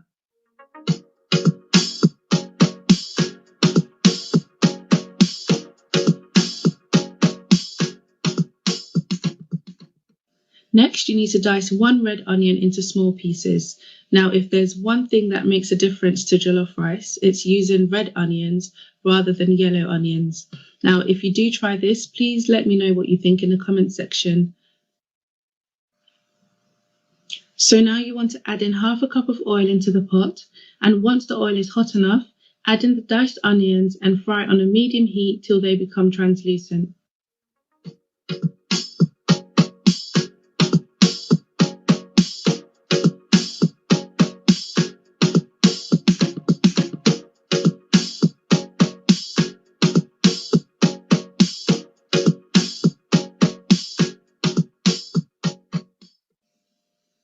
So after this, I added in the tomato puree, but unfortunately, I lost a clip of when I was adding it. But as mentioned earlier, I used about 3/4 of the tube. So you basically just want to fry the onions and tomato puree together for 5 minutes. So doing this and starting off your jollof rice this way really makes a difference and adds such a delicious in-depth flavour. Frying it removes the bitter taste of uncooked puree that you usually get and gives it a smoky, sweet and distinctively rich flavour instead. You need to be sure to stir frequently.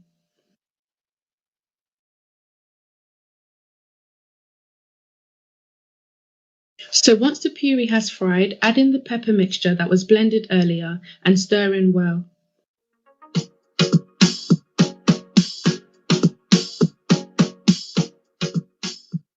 Now it's time to season. Here I'm adding 3 bay leaves, 1 tablespoon of dried thyme, and a mixture of salt, nor chicken stock cubes, and all-purpose seasoning. You want to stir this in well and cover and leave to boil on medium heat for 15 minutes.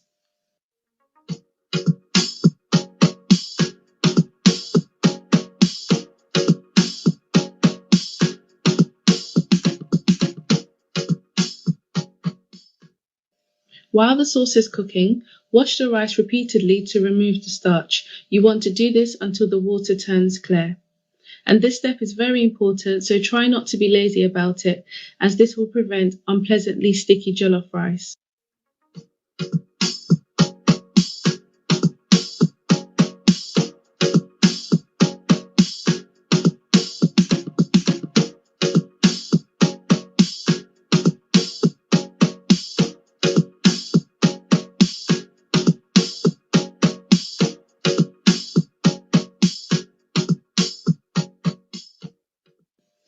After about 15 minutes, the sauce is ready, going from this to this. And as you can see, it has thickened slightly.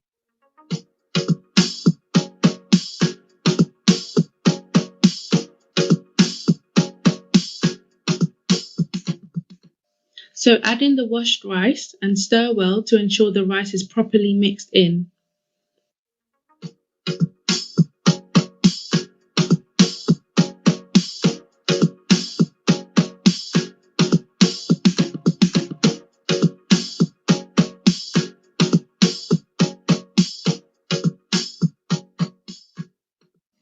So next you want to add in enough water to cover the rice. So the water should be just above the level of the rice. Now this step is very important as adding too much water can lead to soggy jollof rice, which we don't want. Now after adding the water, make sure you stir well. Now the easy part, just cover and leave the jollof rice to cook on a very low heat. So for example, if the highest setting of your cooker is 6, then reduce it to a 1 or 2. So I like to stir jollof rice every 20 minutes until it's cooked. So after the first 20 minutes, it looks like this.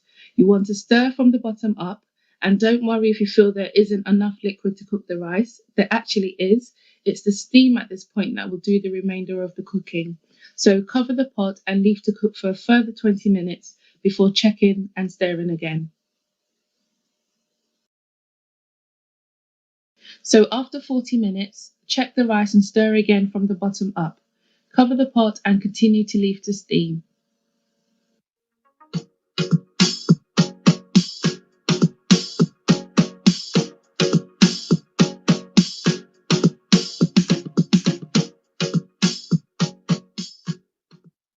Now after steaming on a low heat for a total of 1 hour and 10 minutes, the jollof rice is ready. And that's how I make jollof rice. You can, however, make it in so many other different ways with different ingredients, but this is how I make it that guarantees me great results every time. I'd like to thank you very much for watching, and I hope you find this video useful.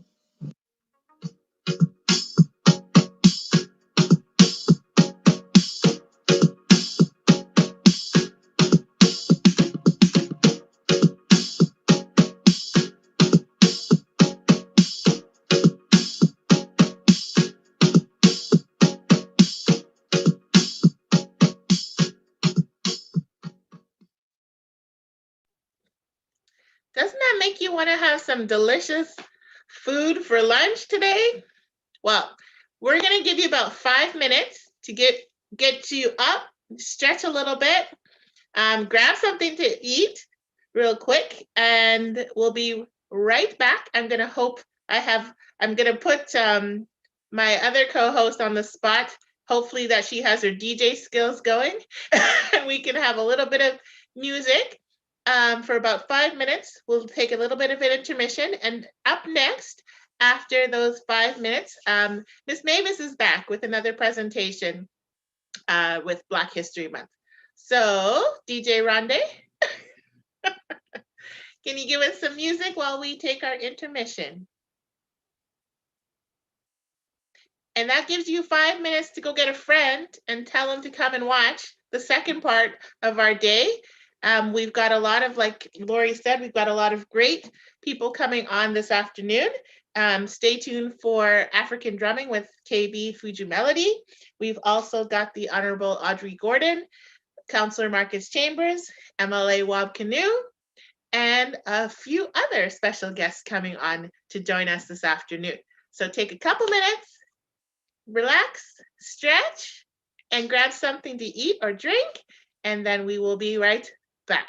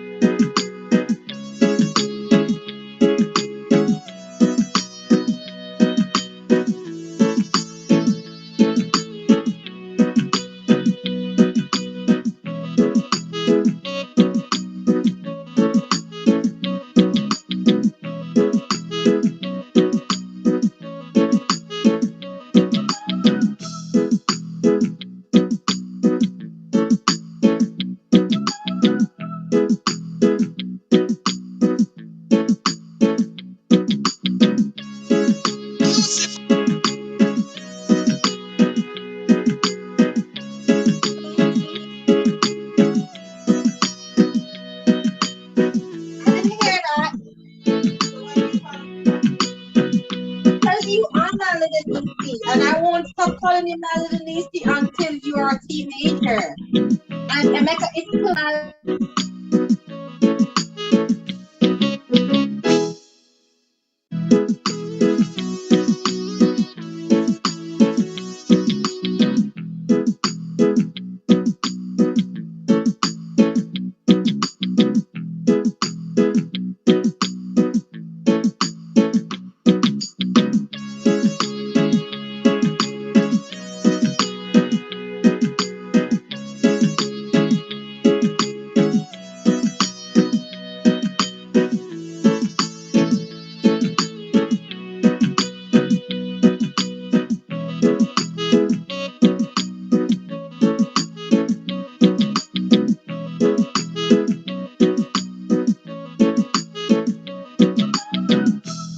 You're in the mix with DJ.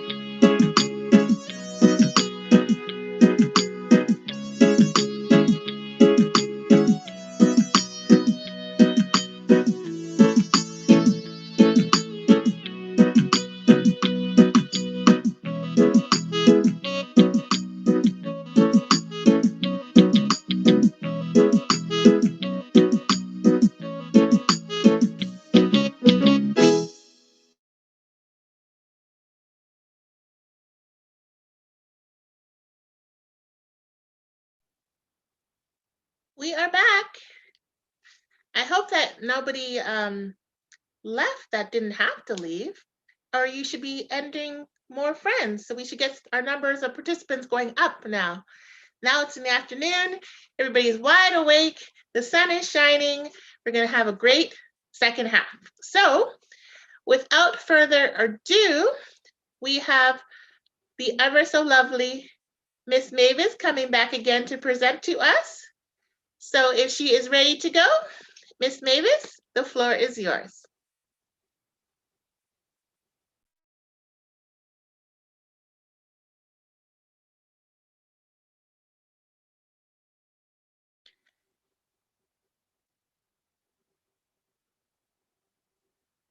You just have to unmute yourself, Miss Mavis.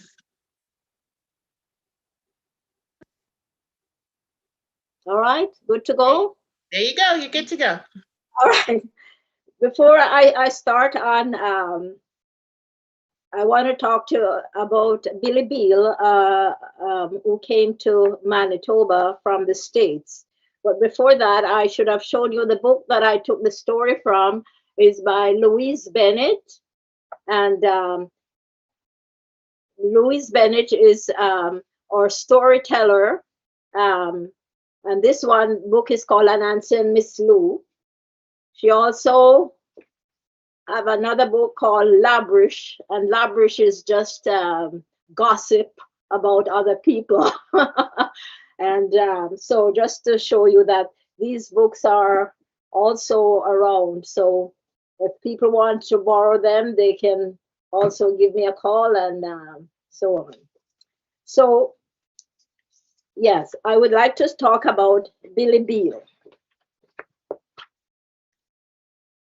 William Billy Beal, not much is known about Beal's life prior to coming to Canada, but records show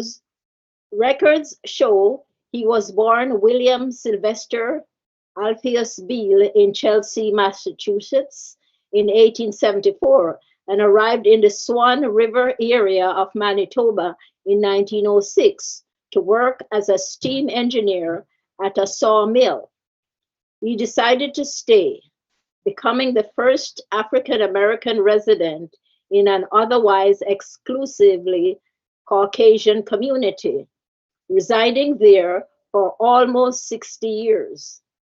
Beal was widely known for his breadth of interests, including carpentry, electronics, philosophy, astronomy, nutrition, and religion. He made electrified fences for cattle farmers and furniture and toys, which he gave to friends and neighbors. He is believed to have had some medical training, helping local doctors to administer vaccinations and carrying his own medical bag.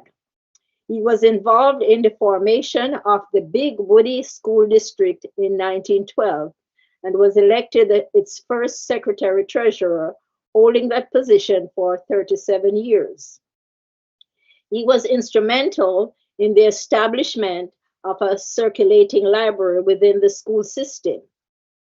He also served as the first secretary of the Big Woody Sunday School.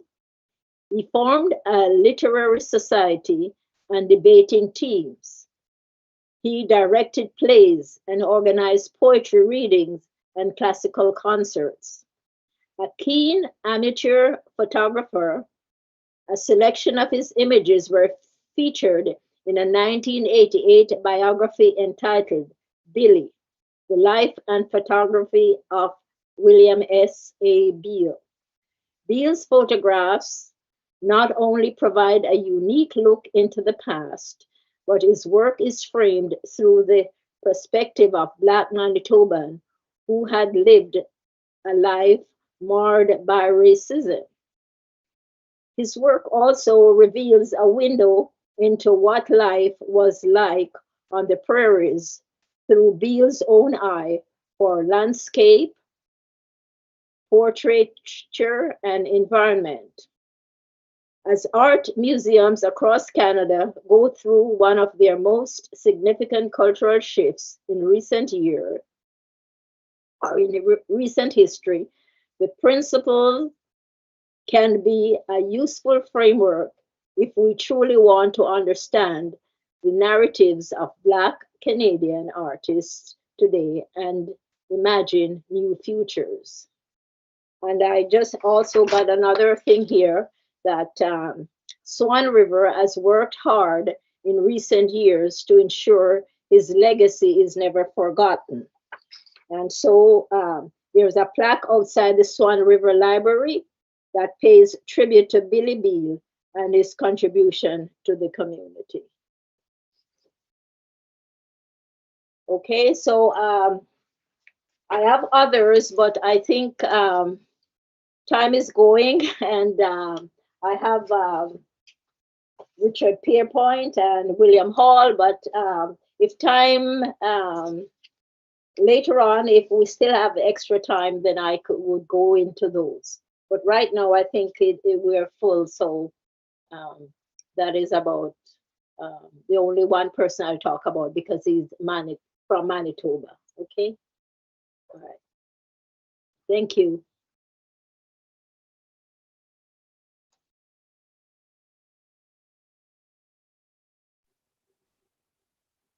Thank you, Miss Mavis. That was awesome. So we are learning a lot today, and obviously today is not the only day that we can learn stuff. So I'm going to also take it upon myself to go to my co-hostess, Ms. Rhonda Thompson. I'm going to let you take over the hosting duties. And what do you want to share with us?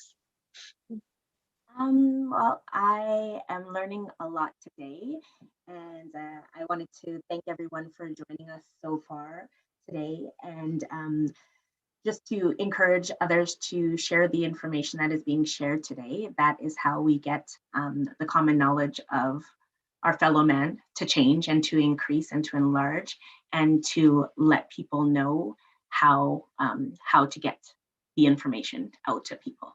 So what I wanted to do, though, was to spotlight a little bit about what we've done in regards to our library. So I hope you'll give me just a minute or two just to showcase.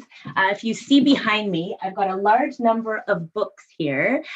We usually travel around when we do our events in person. We have a lot of different books that we share with the community and let them know, because I know me growing up in the school system here in Winnipeg, I definitely know that I did not see individuals that look like myself in the books. To the point where I can remember the one book that I did see, and it was A Snowy Day by Ezra Jack Keats. And that was probably back in grade 4 or so. And I was so excited. And it's funny because my assumption was, and I remember even then and even till now, I always thought that it had to have been a Black person that wrote that, because I didn't feel like any other nationality would have put us as the main character to a book. And I remember feeling that as a child, and I was sad about that. I was happy that I'm thinking, oh my goodness, I didn't even realize that we were allowed to write books, or that we even had the capability to do so. So in seeing that, and then looking today when we can go into a bookstore like McNally or Tusome and be able to see some great selections of books. And some of them that even include Black history here in Canada, like the one Miss Sadler had spoken about today. So again, we're going to try and get these books into your hands. So if you will send us an email, I think that would be the best way for us to select some individuals. Send us an email with your contact information, and we'll definitely try and gift a bunch of these books out to attendees that are able to be on the call today. So we're really excited for that. And as well, we've also expanded our library to include some more French books. So we know that in our school system, we have a lot of children that are in French immersion. So like my child is as well. And so we've tried to source some books that we can get in English as well as French, so that we can expand the knowledge for children of all different backgrounds and from all different school lines. So please look out for information on our reading. We do our BHM Storytime on Instagram, and we share it to Facebook and YouTube as well. So I hope you guys are enjoying that too. It's something new that we've brought up, and we hope to be able to extend it past Black History Month. So if you'd like to join and share a reading, definitely reach out to us by email as well.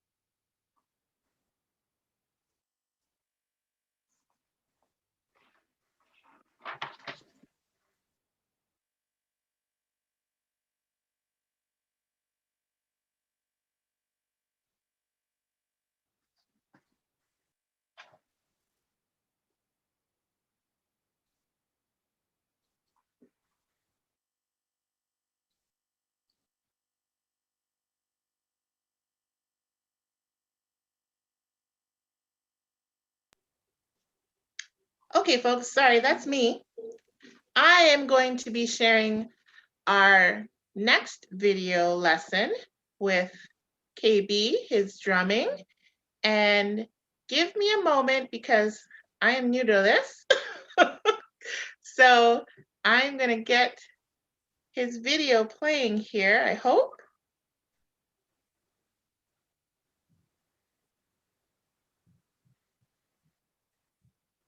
What do you want?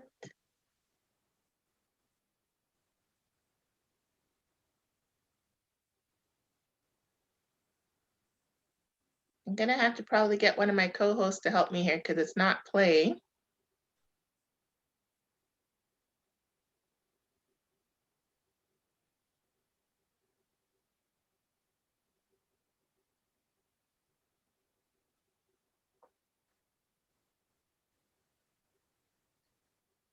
Okay.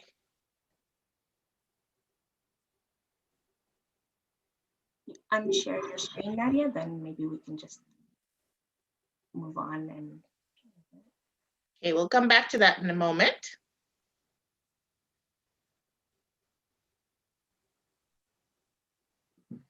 move on to Miss Audrey's video if you'd like. Okay.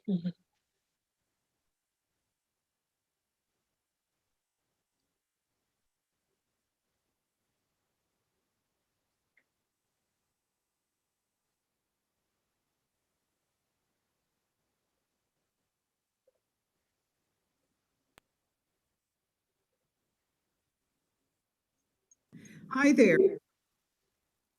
I'm Audrey Gordon, the member of the Legislative Assembly for the constituency of Southdale.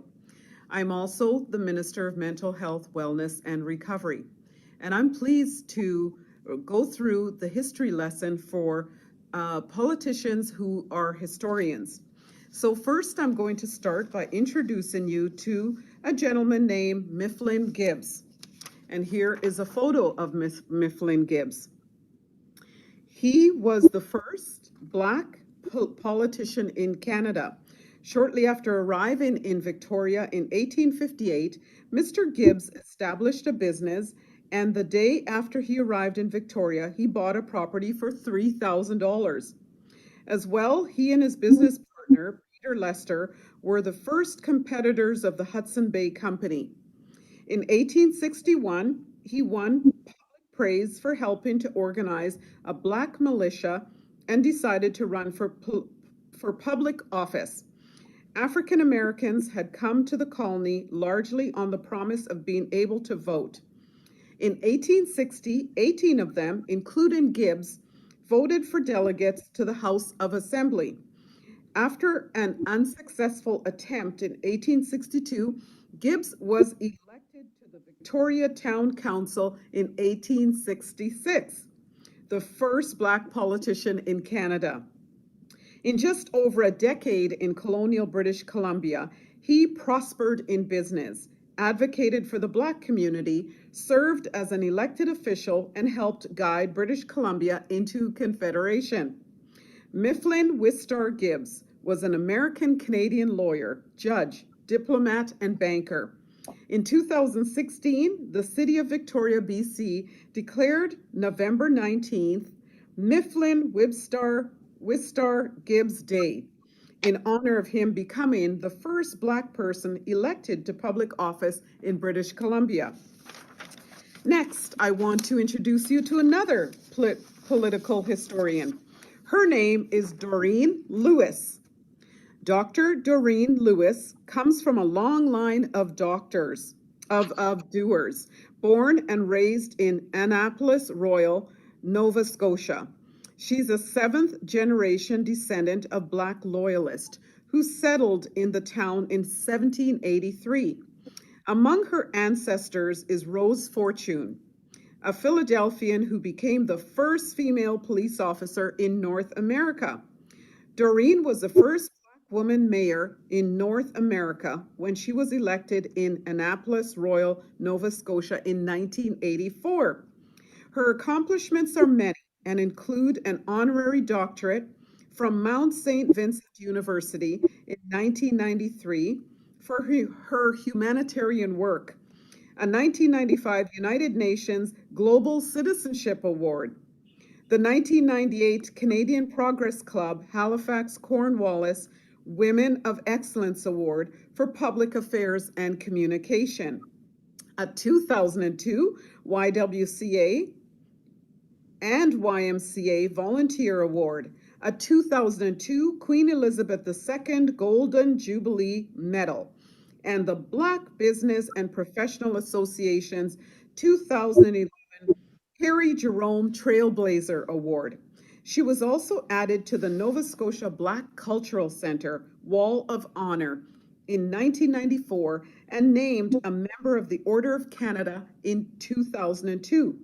She has been quoted as saying, "If I could teach one thing to the next generation, it would be that no one should accept the status quo." And on we go to our political historian that I want to introduce you to, Lincoln Macaulay Alexander. He was the first Black Canadian Member of Parliament in 1968. He was re-elected 4 times, serving a total of 12 years. He became a cabinet minister of Labour in 1979 and lieutenant governor of Ontario in 1985. In recognition of his many important accomplishments, January 21st has been celebrated as Lincoln Alexander Day across Canada since 2015. He was the oldest son of Caribbean immigrant parents, his mother from Jamaica and his father from St. Vincent and the Grenadines. He received his law degree from Osgoode Hall Law School and first practiced law at a small firm before starting his own firm. In 1965, he was appointed Queen's Counsel, an honorary title that recognizes a lawyer's contribution to the legal profession.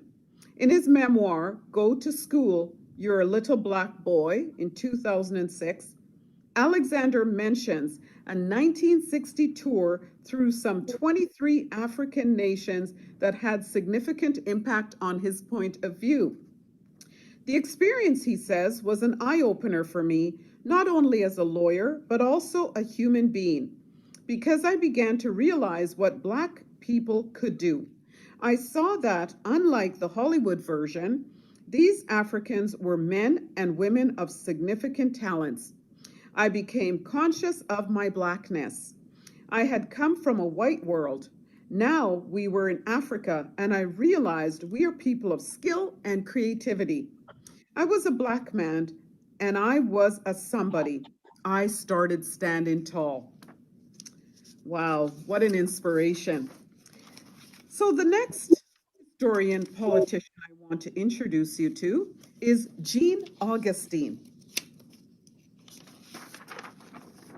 Jean Augustine immigrated to Canada from Grenada through the West Indian Domestic Scheme in 1960. She earned her master's in education while working as an elementary school teacher with the Metropolitan Separate School Board in Toronto. She was later promoted to principal, then supervisory officer. Jean Augustine, PC, CM, Ontario, is an educational administrator, advocate for social justice, and politician. In 1993, Jean Augustine made history as the first African Canadian woman to be elected to Canada's House of Commons as the Member of Parliament. She served with distinction, winning 4 consecutive elections. Her work included Status of Women, Chair of the Foreign Affairs and International Trade Committee, Chair of the Human Rights Committee, 3-time Chair of the National Women's Caucus, and in her last year, she was elected Deputy Speaker by her peer. In her time there, she secured unanimous legislative support to pass a historic motion designating February as Black History Month in Canada. And our final historian is Anne Cools. Anne is an influential Black Canadian activist who was born in Barbados and arrived in Canada in 1957 at the age of 13. She graduated from McGill University in 1981 with a degree in psychology and sociology. She founded Women in Transition, one of Canada's first shelters for female victims of violence. In the 1980 election, the Liberal Party returned to power with a majority in the House of Commons, and the new government of Prime Minister Pierre Trudeau appointed Cools to serve on the National Parole Board of Canada. In 1984, she made history in Canada by becoming the first Black Canadian to be named to the Senate.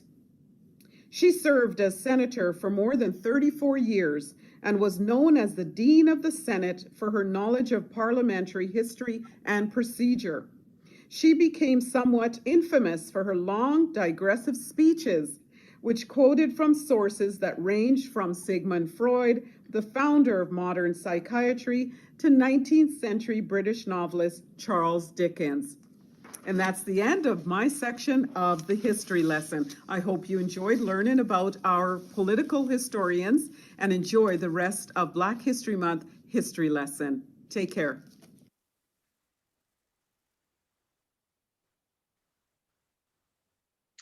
That was Audrey Gordon, who is the Minister of Mental Health, Wellness, and Recovery here in Manitoba, and we thank her for sharing with us. In regards to that, I would like to welcome Antoinette Slotty. She's actually going to be doing a brief presentation regarding Black mental health, which is important historically and presently in our community. So I am hoping that she is all ready to go. And unless Ms. Mavis has anything to do as an introduction, Ms. Slotty, the floor is yours. Okay, thank you. So you can hear me okay? Yes. Okay, so what I'd like to do is go on share screen and pull up here for you this PowerPoint presentation that I have. And I'll start with that. Hold on a sec. Just a sec. I'm just going to move some things around here. Slideshow. Okay, so I really appreciate the fact that you have asked me to join you today. And I thought that maybe it'd be better to look at mental health and wellness from a historical perspective. And I'd like to acknowledge that I'm currently a project lead for the Barbados Association, generally with helping with grants and so on. As well, I am the project lead for Towards Positive Change to promote mental health and well-being for Black Canadians in Manitoba. And this is in collaboration with ACOMI, CCOM, JAM, and CMHA, WRHA, and the community at large. So what I'd like to do is to run through pre-slavery, during slavery, and post-slavery, and touch on basically what some of the mental health concerns or perspectives that many of us have had throughout. Okay, so up to the 1600s, people still had at that time, there was a fear of people with mental illness. There were a lack of humane treatments, poor socioeconomic conditions for many people. And also there was a human desire to possess others, as it is today, okay, to meet their own needs. So Africans became targets of exploitation as cargo and as possessions. And also they were helpers as well in providing this cargo, human cargo, and moving this human cargo across. So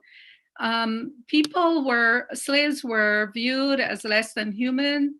All suffered. Some died. All suffered. You can't endure what they endured without suffering. Just look at all the photos. Nobody's smiling. Okay, so then you look back at the Caribbean, and in the Caribbean, there were the Carib Indians who relied on the sea and the land, and they were wiped out after Christopher Columbus arrived. So like, come get what you want, enslave people to keep on producing tobacco, sugar, and fruits to send over and back into different parts of the world. So all that was set in place for it to happen. Now, back in Canada, again, during the 1600s, 1700s, and you've heard earlier from other people, slavery was happening here as well.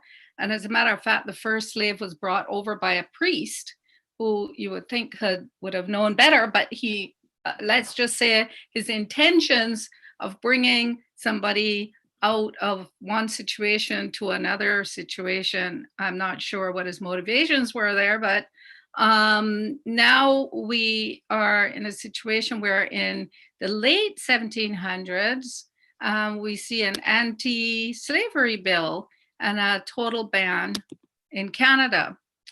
And in the British Empire, again, in the 1800s, you're looking at where there's an abolition in the British Empire. But around the time that all this was happening, Black patients were kept in yards of institutions in America in the worst conditions that they ever could be than non-Blacks. So even within the mental health system, problems in the treatment of Black people. Now, then there were advocates, though, in America that they started to say that these unhealthy conditions weren't good for the patients to live in. And I'm sure at that time they weren't talking about Black patients, they were talking mostly about other people, non-Blacks. But however, and in Barbados, the government, the Ministry of Health at the time, in 1893 opened what was called Jenkinsville. I remember the old stories of, oh, you're going to go to Jenkins if you don't behave. All these threats that were made to kids and to people, or he's got a relative in Jenkins, all that stigma and so on, that was a part of life there. So, but now, like, the focus moved as it changed in Canada. It changed is aiming to have more of like a high quality mental health services, and people who actually travel to the Caribbean also end up using those services. So the treatments basically have been around mood disorders, schizophrenia, anxiety disorders, cognitive disorders, substance-related disorders. So World War II, apparently with even porters that started to talk more about discrimination in terms of employment and so on, they had an impact because they helped to bring about changes in human rights legislation, because we know if people don't have proper employment, how that affects your mental health. So they had a positive effect there in terms of mental health.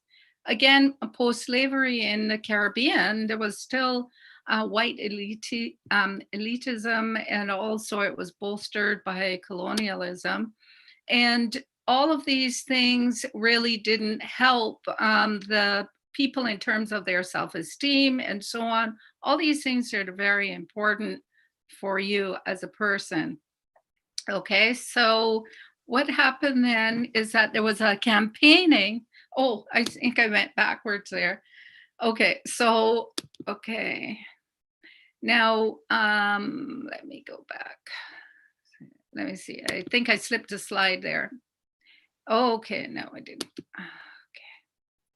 So now it's still in post-slavery. You had this thing going on. Actually, it's still happening in the States. It happens here too, where you have people in psychiatric hospitals who end up in the criminal justice system and vice versa, when there could be much better coordination and placement of people.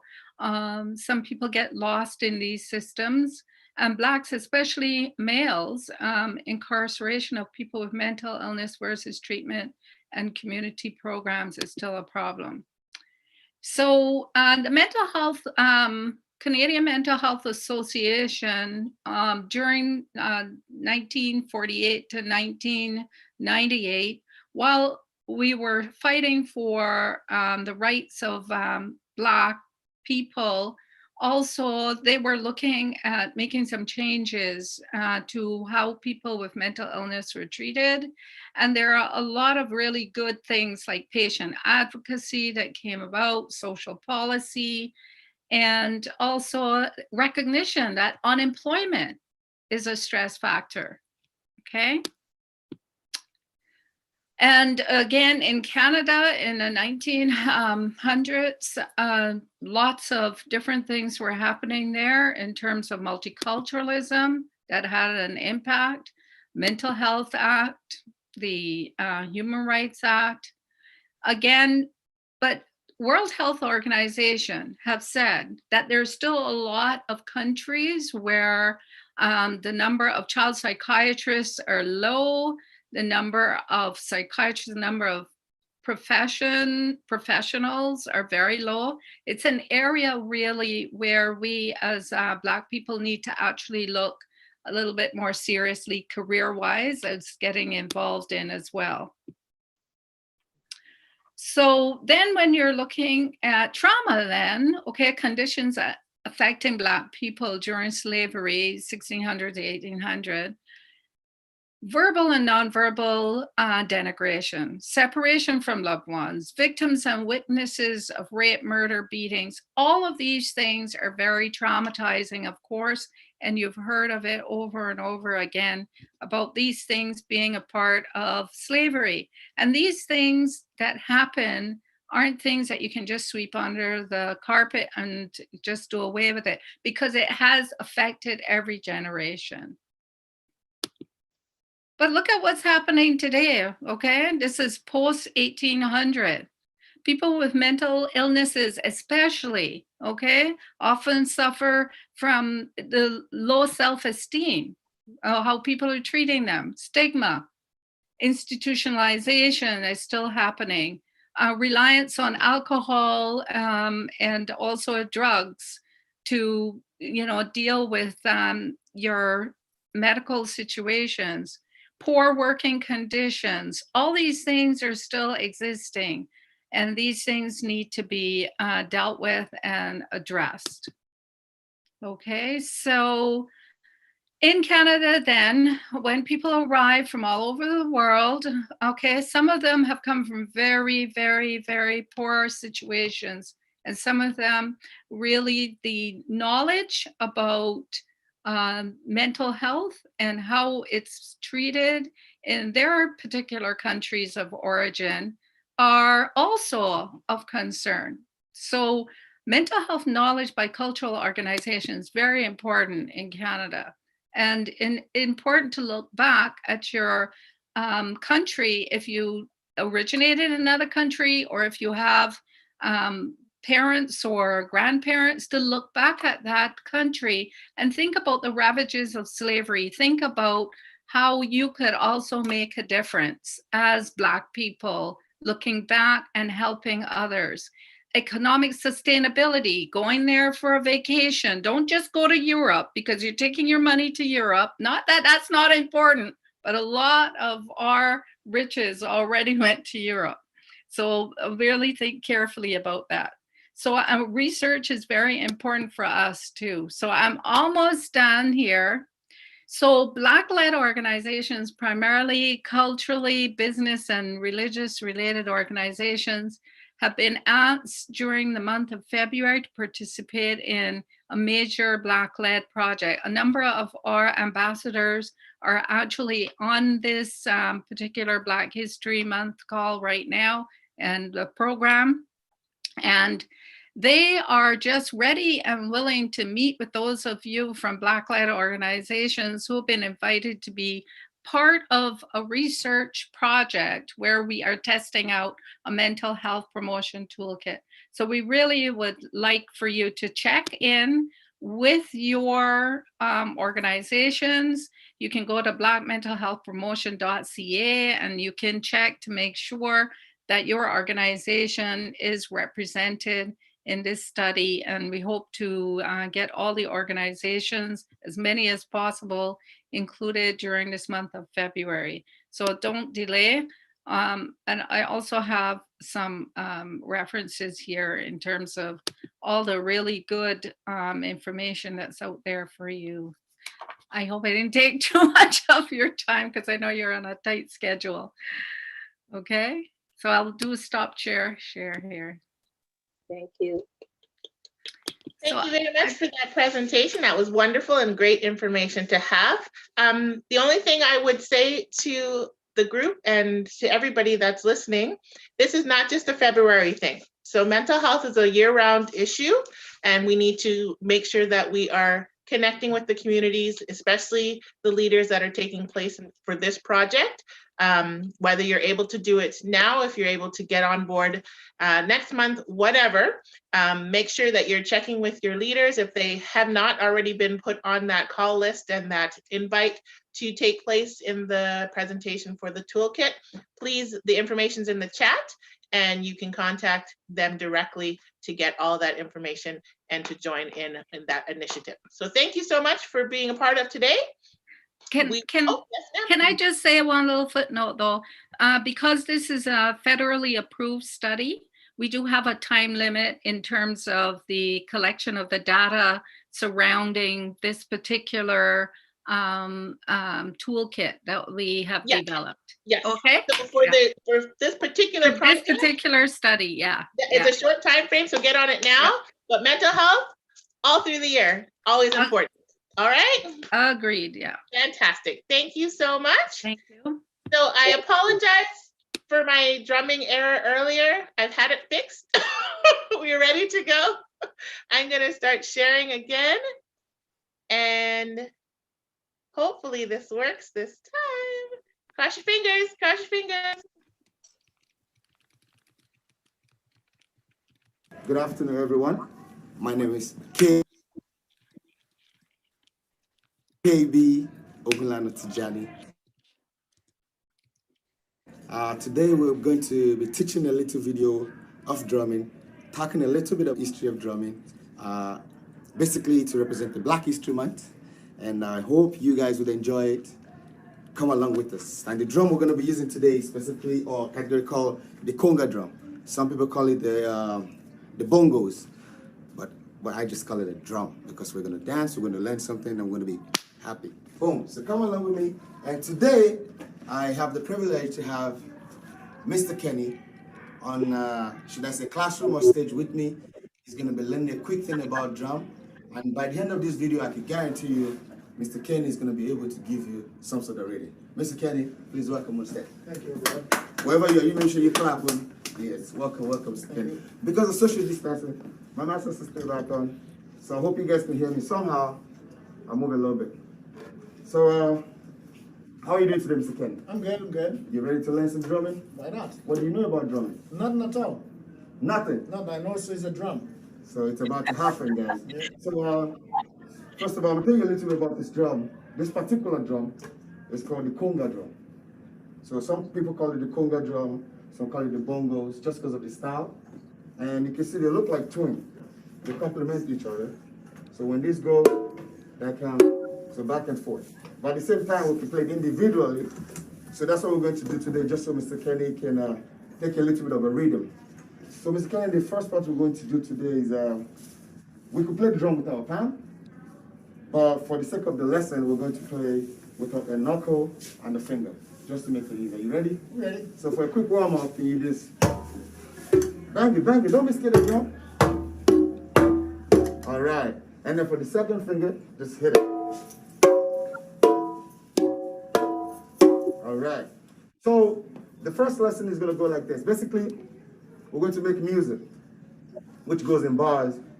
You can count with us at home if you're watching, in class, auntie in the corner, mommy, daddy over there. join us. So the first part, Mr. Kenny, I'm going to need you to the elbow. So we're counting. And the good thing about drumming is when you drum, there has to be something about you moving. It could be your feet, it could be your head, it could be your, whatever you can move, or you can dance as well.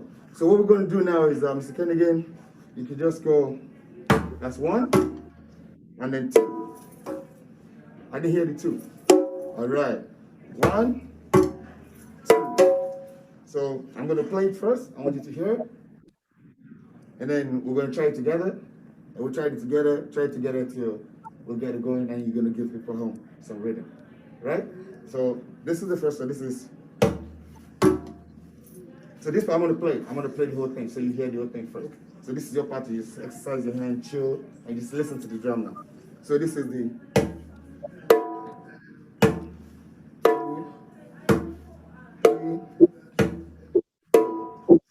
So that's just a basic. That's very basic. I know if you're listening, you're wondering, how does that sound? Then just listen to how it's going to turn to music. So now we're going to get Mr. Kenny to do, I'll play one more time, just so you can get how it's going. So again, if you watch, wherever you are, you're watching, and this is how it goes again. It's...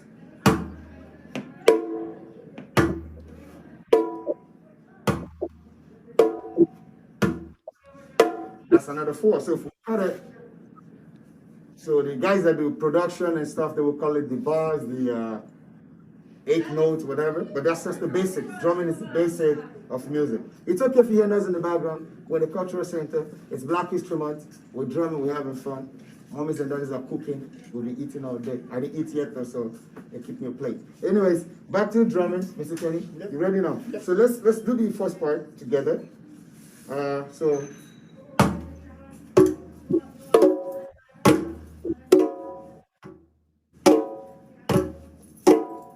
that's one. That's basically a bar, right? But now, because you're drumming for them, that's the first part. You need to move something. You need to get the people you're drumming for. And the good thing about drumming is you can use it to communicate. If you're happy, if you're upset, whatever you want to do, drumming lets you express yourself. Just like back the day they did in the slavery days, according to what I read and what I learned from Black History Month, you're able to communicate with drum. If you want to communicate a positive message, not necessarily a negative message, but just to give message around. So we're gonna try that again. So in this case, we're just giving a vibe, right? So let's give it one more count. You ready, sir? Yep. 4.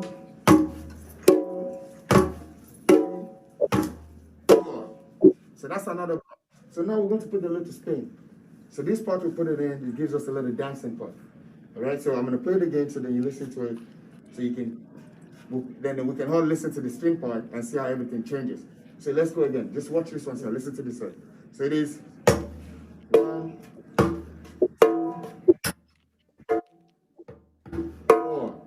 So that spin, it's just, it gives it a little flair. It changes the beat right there and then puts you right back on that same key. So you want to try that with me one more time before we play together? Let's go, sir. 1, 2, 3, 4. So that's just it right there. So now, to now make it a beat, we just got to continue playing the whole thing. So now you have to decide, do I want to play 4 bars of 4 or 8 bars, 4 bars of 8, right? So now we're going to go twice. Yeah. Or 3 times. Yeah, okay. Let's go 3 times so we can actually get a little bit of dance to it. Yeah. The camera lady, I know she wants to dance, but she can't dance right now. Shout out to Nadia. The Deloria, shout out to you guys. But you can't dance right now. Just they're doing their job, right? So let's do our own job now. Okay, sir. 1,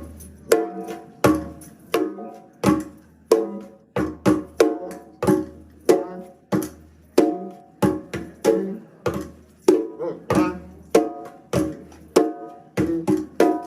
So you can see in between, Mr. Kenny puts a spin to it. I put a spin to it. That's the good thing about drumming. Even though we had planned to go this way, somehow it went that way, but then the rhythm continued because it's the exact same beat. That's the good thing about drumming. It's the exact same beat. It's just you decide to come in the minute, and that gives us, right away, it sounds like there's more than 2 people drumming. That's because that rhythm we'll be able to put. So before we let you guys get involved with us at home, now you've seen the little basic, go get something. Look for something in the house. If you gotta go to the kitchen, get your mommy's bowl, your cereal bowl, Make sure you don't break it. Grab your grandma's Bible or something, whatever you see now. Just in the church, we clap into a Bible straight. You know, when you go pray. If anything you can see. While you guys are grabbing that, we are going to be waiting, and I'm going to play a quick rhythm. Miss Kenny, let's play that rhythm together again. Okay. Just so while they get ready to get their stuff to come join us, and then we'll all play together again. Are you ready, sir? All right. So as we play now, we're just going to keep the same beat. You could put your, it's pretty much like a solo. You can put it anywhere you want. Now we just want to vibe. All right, sir? Okay. You ready? Let's go.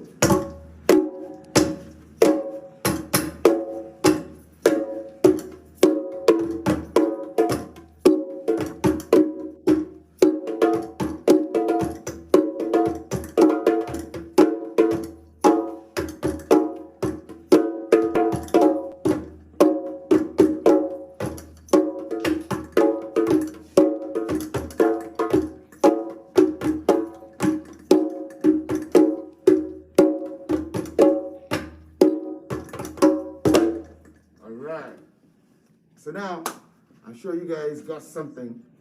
If you don't find a cereal bowl, you don't find a plate in the kitchen, you can come close to your dining table, anything you get ready to just drum. So, you guys ready? Are you sure you're ready? Are you ready? Okay, we're going to do this together again, because like they say, together is amazing. Now we come together, we make something different. So now, the first part, we're not going to have solo to it. That's the third bass we're not going to have that, so they can play with us. So, okay, let me give them one quick lesson and then we'll play together. So the first part we're going to do, just so you guys can be in it with us, is I call it the A beat. So are you ready?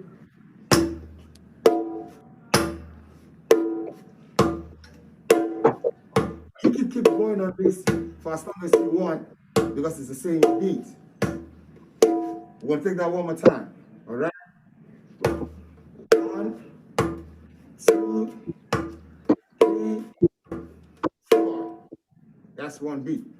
And then I'm going to show you guys again one more time.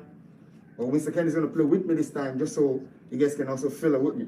Are you ready, Mr. Kenny? Ready? All right, sir. 1, 2, 3, 4.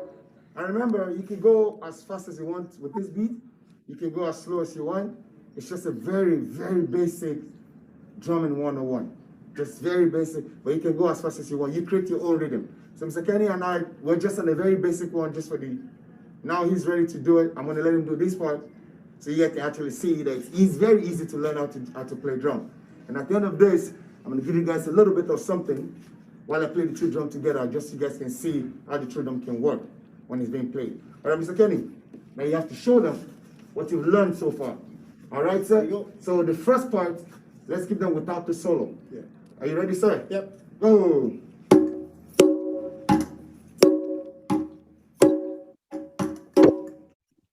All right. There's two style. Mr. Kenny has learned two style of drumming today. That's one he just did. So now the second one you're going to play for them, sir, you would take away so they can see the two style of drumming you learned today. So you did one, and you've done one, and then you're going to do the second one now. So give them the second one, sir, whenever you're ready. Second one is the same way, right? The same way, but then now you're taking the solo away. Yeah. All right, sir. You play.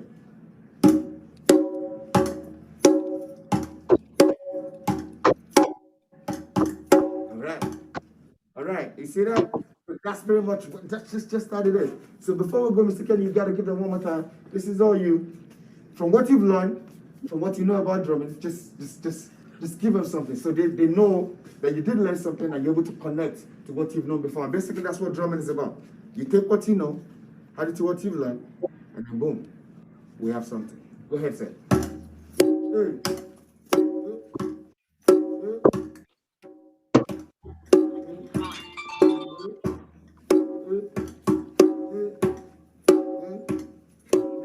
Hello. Oh, hello there, Anthony. Yeah. Yeah, hi, Cynthia. Thank you. I hope you guys enjoyed the series. On behalf of Black History Month, thank you for having me. My name is KB, as I'm being called.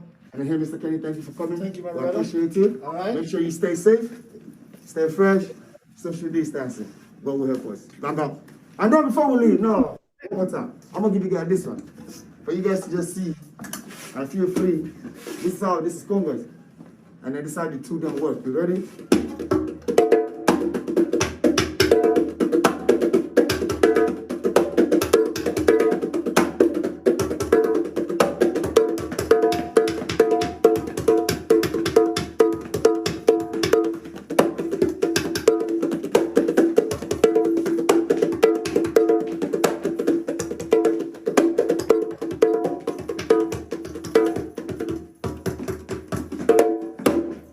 Thank you so much. My sincere gratitude. Thank you. I'll make sure you book it. Thank you very much.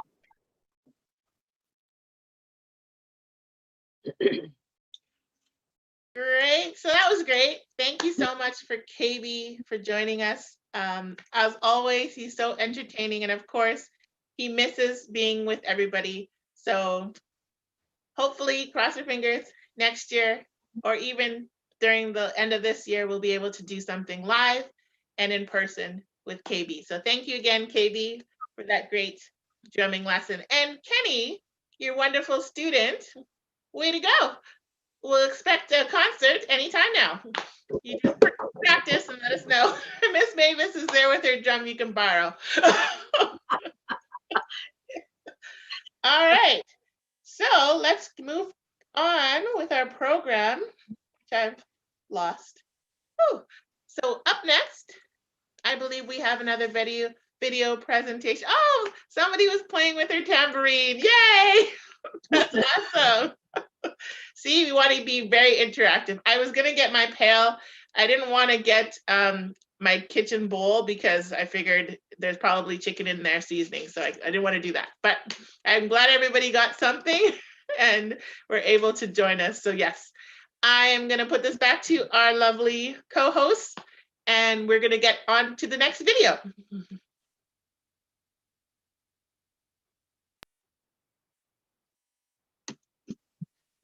Hi, I'm Bob Canoe, and I'm here to special Black History Month message about the fur trade. Now, many of us are probably familiar with the fur trade. It's the first big economic boom after contact between indigenous people and non-indigenous people in this part of North America. But did you know that there were many, many very important Black people involved in the fur trade, including many Black fur traders?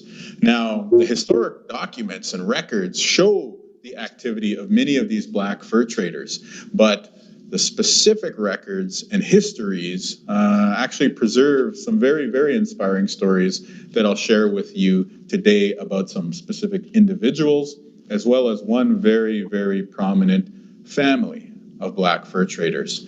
Now, it's important for us to also acknowledge that many of these Black folks involved in the fur trade were coming from different circumstances. Many of these people were enjoying the same freedoms that are the right of every human being. And so they were here just living their life and pursuing opportunity and pursuing their interests. However, it's also important for us to acknowledge that many of these Black fur traders were also enslaved people. And slavery, as we know, very unjust, a crime against humanity, a genocidal act, but also was used throughout colonies of the English and the French to build wealth in a very unjust way. And as a result, when those colonies, or those colonial governments rather, established a presence in this part of the world, unfortunately, they brought that very unjust practice with them. And so some of the Black fur traders that we know about were enslaved people. So I think it's very important that we acknowledge the many different conditions that folks were living in as they participated in this. But it's also important for us to acknowledge the tremendous contributions that many of these people made. Now, we had Black fur traders involved in every aspect of the fur trade. Some of them were just, carrying the furs or just paddling the canoe or acting as the cooks. However, some of these folks were also statespeople. Some of these folks were signing treaties with the indigenous people in this part of the world. Some of these folks were negotiating and interpreting and playing a very, very important function in bringing together the different nations which participated in the fur trade. And so you would find many black fur traders not only spoke English and French, but they also spoke Anishinaabe, and Cree, and the Kanien'kehá:ka languages as well, indigenous languages, just to summarize. So I want to dive into a few of the specific examples. Now, one of the earliest black fur traders that we know about is a person named Glasgow Crawford, who worked for the Hudson's Bay Company. Now, the records indicate that he was active with HBC from about 1818 to 1821. And now this may not surprise you, but it is important to note that he did encounter racism on the job. And the HBC records actually indicate that he had conflicts in the workplace as a result of that sort of discrimination that he came up against. However, it's also important to note that Glasgow was very, very well respected for his linguistic abilities. Fluent in French, fluent in English, fluent in many of the Iroquoian languages, those Kanien'kehá:ka languages. And it should be no surprise why. Because though he was active in the Athabasca region, what we would now call Alberta, Saskatchewan, some of that territory there, he actually married an Ongwe woman, who we would also maybe refer to as a Mohawk person. And he settled with her in Ganawage, which today Ganawage is located on the south shores of Montreal. Ganawage has been there since time immemorial, but now we know it in relation to that very prominent city in Canada. So Glasgow Crawford, very important black fur trader. We also, from the historic records, know of Joseph Lewis.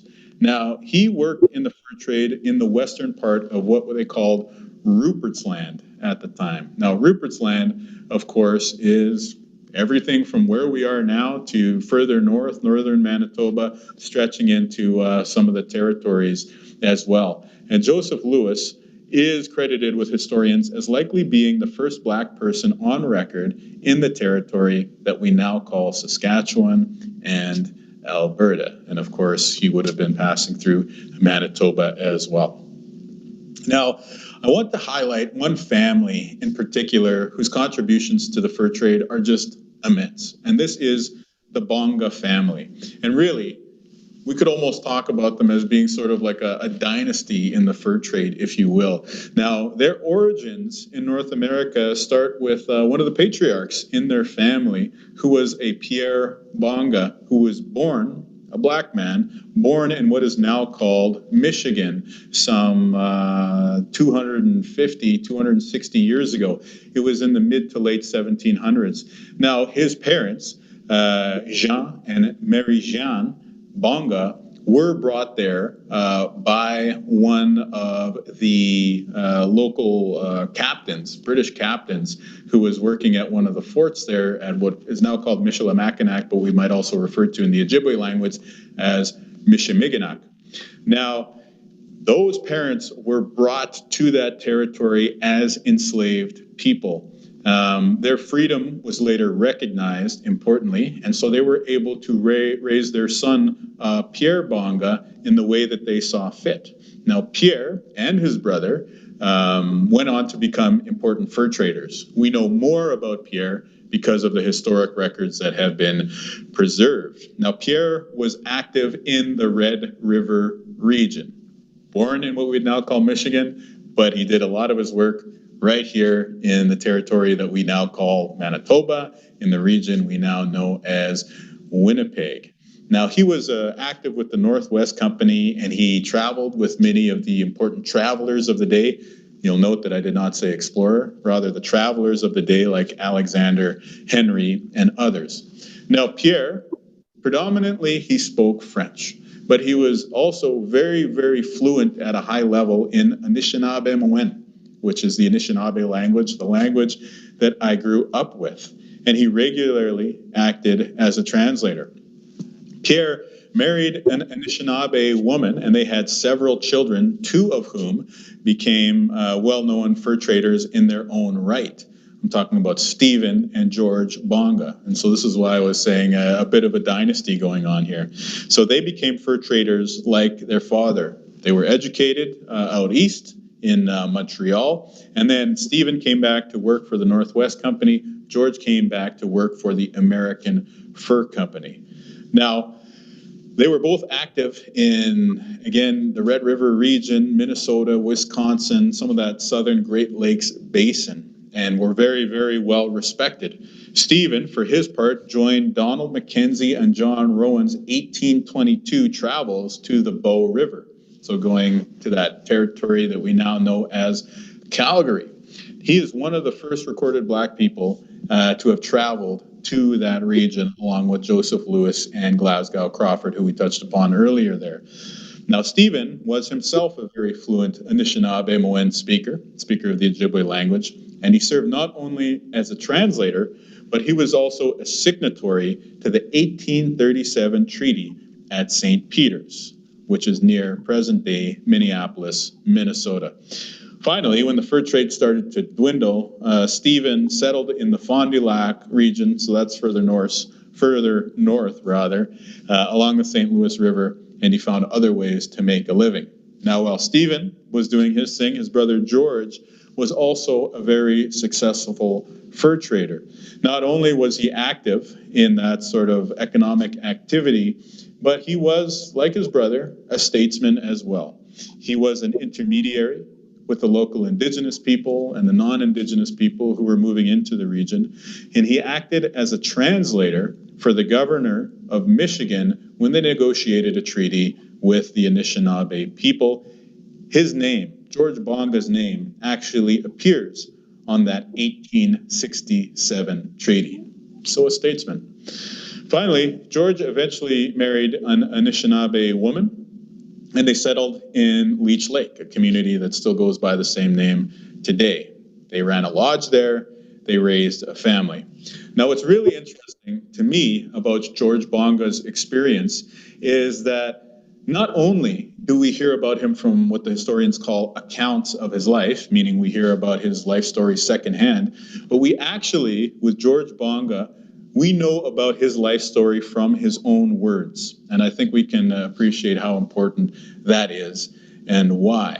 And so George left many correspondence behind, many, many letters. And it's through that we have heard about his life directly in his own words.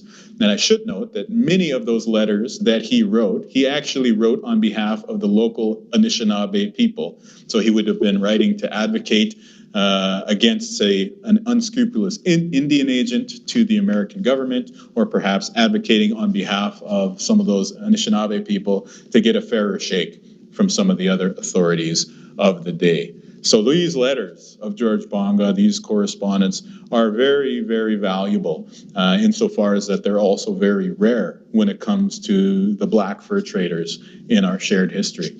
So I'm very, very happy to share this note, to send a message that Black history actually has a very, very long history in this part of the world, one that stretches back centuries, 200-300 years into time. And of course, not only does this history give us an insight into the Black experience in this part of the world, but it also gives us some insight as to what it must have been like for those folks to act as intermediaries in the relationships that were emerging between non-Indigenous and Indigenous people in this part of North America. So to me, a very, very interesting, very, very inspiring addition to what we're all learning and celebrating this month when it comes to February, Black History Month in Manitoba.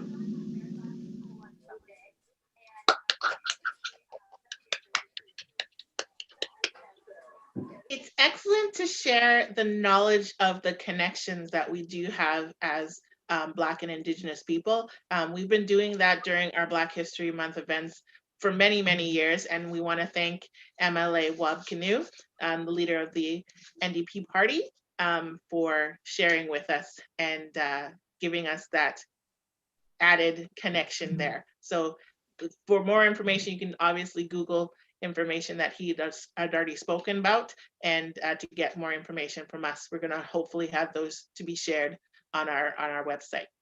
So up next, we have one of our wonderful partners and a connection to the Black-owned businesses here in Manitoba. We are going to have a presentation regarding sport figures in Black history from Ogo.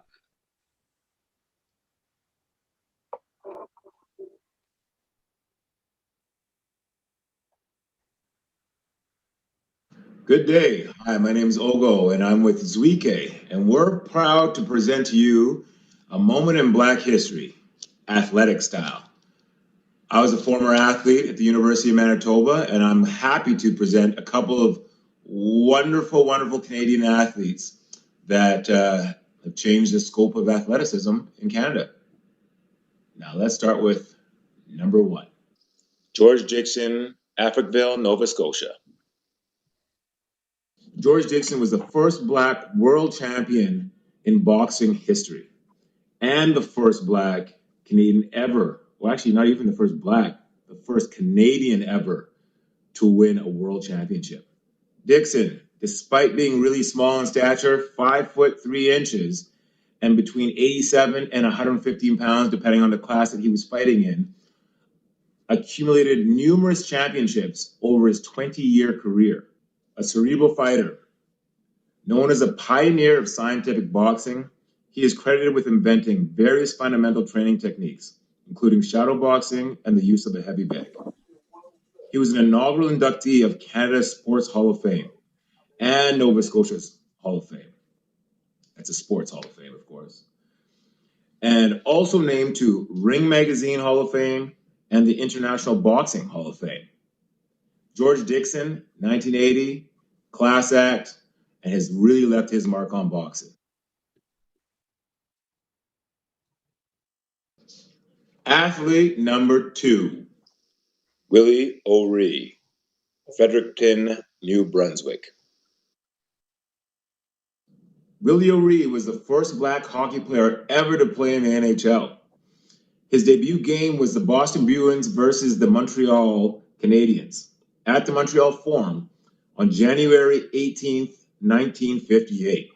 He started playing the game at the age of 3 and competitively at the age of 5. He instantly grew a passion for the game, playing the backyards, ice rinks, where, of course, race was never an issue, according to his book and his autobiography. While O'Ree played for the Kitchener Canucks, the Ontario Hockey Association, he lost about 95% of his vision in his right eye after he was hit by a puck that broke his nose and his cheekbone. He was advised by doctors not to continue playing, but of course, we all know most athletes don't, and he did not. With his dream to get to the NHL, and the NHL having bylaws stating that you couldn't actually play in the NHL if you had issues with your vision, of course, he decided not to tell about his eye injury and continued to play and was, of course, as we know, made the NHL. In 2003, O'Ree was named the Lester Patrick Trophy winner for his outstanding service to hockey in the United States. And in 2010, received the Order of Canada for his outstanding service in youth development and promoting hockey in North America. O'Ree has also received the Order of New Brunswick in 2005 and was named an honorary member of the New Brunswick Hall of Fame, Sports Hall of Fame, where he was inducted in 1984. In 2018, he was inducted to the Hockey Hall of Fame. Salute to you, O'Ree, being the inspiration in Canada's national game of hockey and allowing many other individuals that look just like me to want to play that game.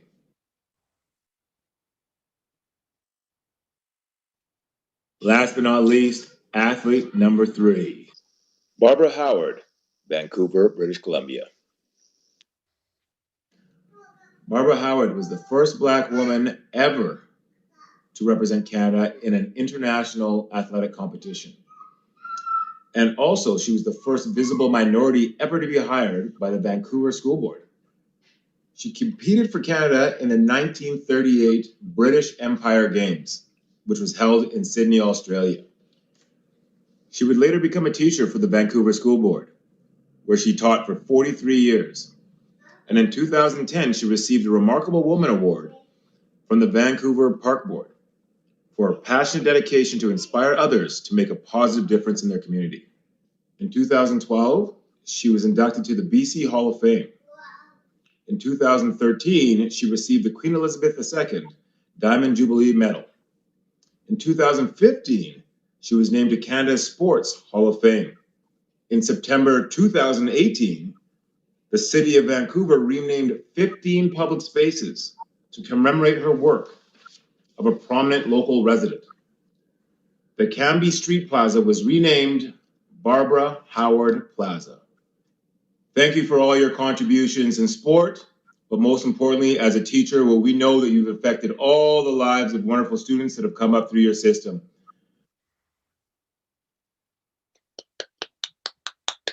Again, thank you very much. My name is Ogo Okpabua of Zwike, and we're glad to give you this wonderful Black History moment regarding sports. So continue to inspire, be good, and lounge everywhere. Take care. Come on, everybody. You know the song? Sing along. Kenny, hold on. Kenny's very enthusiastic. He really wants us to dance and get up. We will in a minute. We want to just say thank you again to Ogo.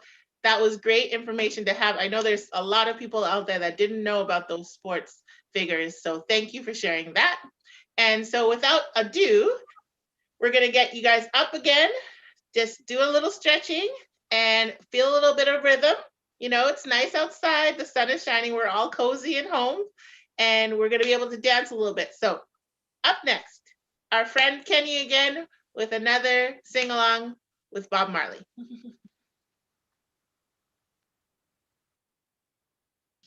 Come on, everybody. If you know the song, sing along. If you don't, get up and dance. Woo!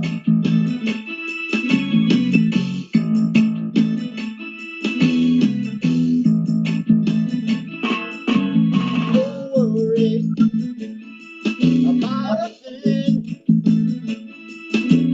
'cause every little thing is gonna be alright. Singing, don't worry about a thing, 'cause every little thing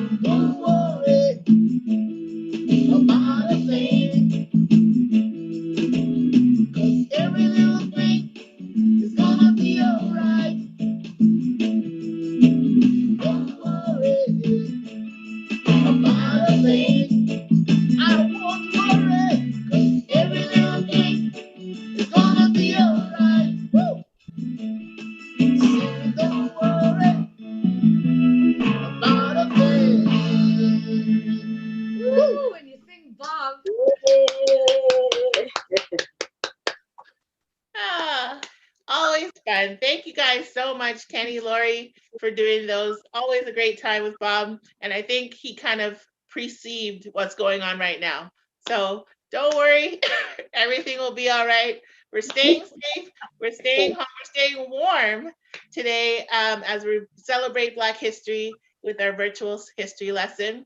We have a first-time guest that's participating with us, and we're really excited to have him here. So up next, we are welcoming Ian Hope. He is going to be doing business history. So thank you very much, Ian.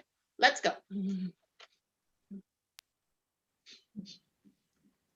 Good afternoon. My name is Ian Hope Jr., and I'm very proud and honored to be asked by the committee to be part of this year's Black History Month celebrations and education here in Winnipeg. Myself, being a Black person who has been involved in the local business scene for the past 20 years, learning more about the Black Canadian business pioneers that broke ground here in Canada and also paved the way for many of us to humbly follow in their footsteps while having such great opportunities, it is a pleasure to share the history of these great men with you. Firstly, Michael Lee Chin, a Jamaican-Canadian billionaire businessman and philanthropist who came to Canada from Jamaica. In 1970, he went to Canada on a scholarship program sponsored by the Jamaican government to study civil engineering at McMaster University. Mr. Chin graduated in 1974 when he financed his first year at university on his own, but after that, he was able to attend on scholarship. Lee Chin has served as executive chairman of AIC Limited, also Chancellor of Wilfrid Laurier University, and is the namesake of the Royal Ontario Museum's Crystal Wing. Michael Lee Chin is now CEO of Portland Holdings Incorporated, which is a privately held investment company in Ontario, Canada. In 2016, Lee Chin was appointed chairman of the Government of Jamaica's Economic Growth Council. Mr. Lee Chin was appointed to the Order of Ontario in 2017. He has made many very large pledges and/or donations in Canada to the Royal Ontario Museum in 2003, the Rotman School of Management at the University of Toronto, as well to McMaster University and the Joseph Brant Hospital Foundation. Michael Lee Chin and family received the 2015 Association of Fundraising Professionals Golden Horseshoe Chapter National Philanthropy Award in the category of Outstanding Philanthropist. A great Caribbean Black Canadian. Brandes Denham Jolly, teacher, entrepreneur, publisher, broadcaster, philanthropist, civil rights activist, community leader, born August 26, 1935 in Industry Cove, Jamaica. Mr. Jolly came to Canada at the age of 19 to attend McGill University. Jolly's empire, which he began building at the age of 33, started with the purchase of student rental housing in downtown Toronto. Building on that success, he went on to purchase retirement and nursing homes in Canada and the US. He also owned a Days Inn motel, medical laboratories, as well as a Toronto-based publishing company. He later purchased and became the publisher of Contrast, a Black community newspaper in Toronto, also established Flow 93.5, the first Black-owned radio station and the first station in Canada to showcase Black music and the stories of the Black community. Jolly also was involved with or founded and led many community groups, such as the Black Action Defense Committee, that sought to end police violence targeting young Black men. He's the author of My Life in the Black, a winner of the Toronto Book Award. Jolly also contributed generously to several causes, including scholarships for promising young Black Canadians.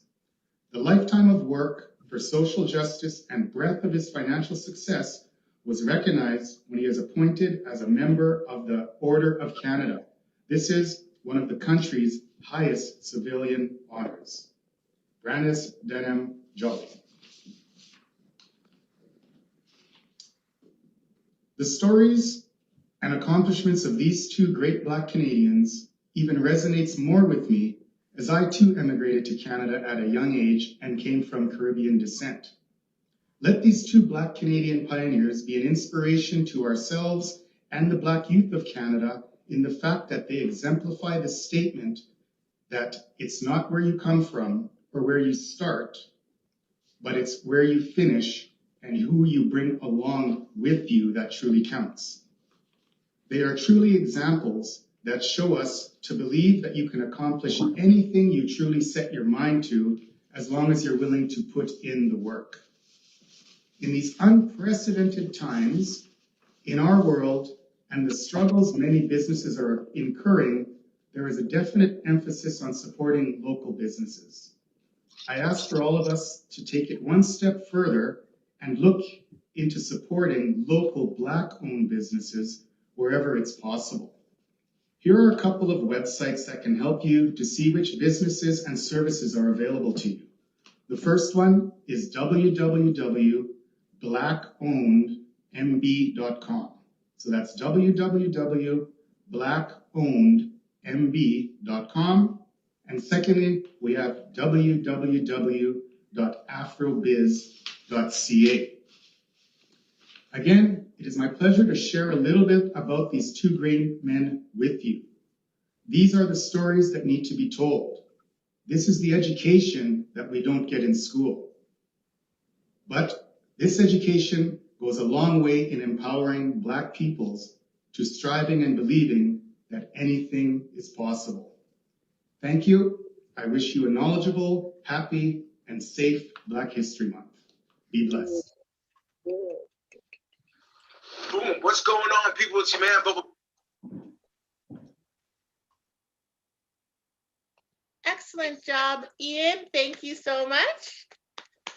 And I love the plug for Black-owned businesses. Please, if you have the capability to go out and support these Black-owned businesses, they need you as much as anybody else does, but in specifically for our community, we hope that you are helping give back, buy locally. Everybody is struggling, so we need to be able to help out where we can. So I encourage that, and those two email addresses will be in the chat, so you'll be able to get those two. And there's many more, so Google local businesses and support our Winnipeg businesses. Next up, the man with no need for an introduction.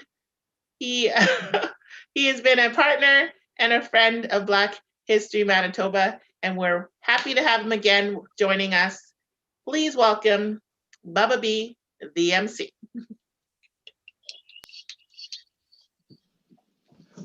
Boom. What's going on, people? It's your man, Bubba B, and I'm here to give you a little bit of history. Black history. Tea. Ginger tea with some cinnamon. Fire! We're specifically going to talk about Black musicians in Canada. This is a history lesson. Big shout out to the Manitoba Black History Month committee. You guys are doing a great job. So let's get started. Let's dive right in it. If you Google right now, you search for Black Canadian musicians, over 100 of us. Yeah, over 100 of us in the whole country will pop up. Yes, obviously there's hundreds, if not thousands or more. But Black people in Canada have been involved in the entertainment industry since they first arrived in Canada way back in the day. Musical influences from Black Canadians goes back almost 300 years. Think about that. The earliest documented instance of a Black musician in Canada is a notice in the Quebec Gazette on the 30th of November, 1775 for a runaway slave. Actually, he was a runaway slave. He came to Canada. He was like chilling. He's like, man, I'm going to play up here. His name was Lil Cans, and who spoke French, very little English, and he played the violin, okay? Now, music in the Black communities of Ontario and the Maritimes is largely centered in the church during the 19th century. That's pretty much everywhere, bro. Okay. Professional ensembles were in fact active in Canada at the turn of the century. Among them was the celebrated Colored Canadian Concert Company. That's a whole lot of C's, 4 C's right there. And the famous Canadian Jubilee Singers. Montreal's closely knit Black community, especially in the St. Henry neighborhood. Big shout out to the MTL. They gave rise to a concentration of nightclubs that presented Black performers for racially mixed audiences. They could perform. So a lot of American artists would come up here and perform, right? Especially through the 20s and the 30s. Oh, actually, the 20s all the way to the 50s. Singers like Eleanor Collins, Isabel Lucas, and Phyllis Marshall were pioneering figures for their work on CBC radio and TV during the 1940s and the 1950s. Also, many Black musicians came from the US to perform in Canada, and a number would remain for many years, like I just said. Now, the dissemination on record and radio of Black music styles other than jazz from the US and later the Caribbean, big shout out to man people them, led to their eventual introduction into Canada. Obviously, people move, they bring their styles and music with them. It began in the 1950s with blues and rhythm and blues and continuing with calypso. Big shout out to Trinidad, sweet, sweet TNT. In the 1960s, reggae and disco in the 70s, and rap in the 1980s. With the exception of blues and R&B, the vast majority of musicians active in Canada in these styles were Black. Yep. Most, however, have remained isolated from the Canadian pop mainstream, seldom championed by the burgeoning domestic recording industry. And in support of their efforts, the Black Music Association of Canada was established in Toronto in 1984. And the Juno Awards established only 35 years ago. Think about this. Only 35 years ago, they established categories, the reggae, calypso, R&B, and soul categories. Those are only just started 35 years ago. Now, some of the historical musical influences in Black artists in Canada include Salome Bay, Shelton Brooks, Deborah Cox, Andrea Lewis, among lots of others. We'll get into those in just a few minutes. I got to let you know about one in particular right now. Portia White was an acclaimed concert singer and performed concerts across Canada and the US and Central and South America.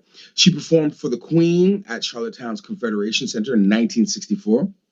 And she was a Nova Scotia native. So big shout out to Nova Scotia. Now, Portia, she was the first Black Canadian singer to become an international star during the 1930s and 1940s. Did you know that? A time when Black women experienced significant barriers in their personal and professional lives. Side note, Black women, I love y'all.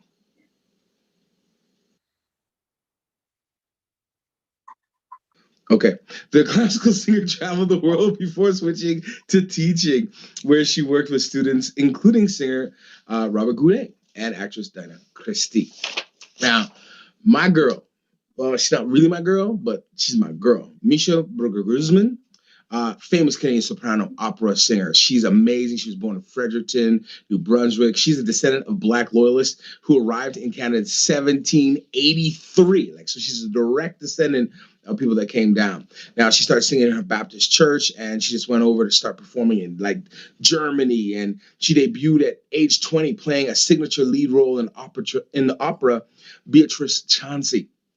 And it talked about an enslaved girl in the 19th century, rural Nova Scotia, who murdered her abusive father and master.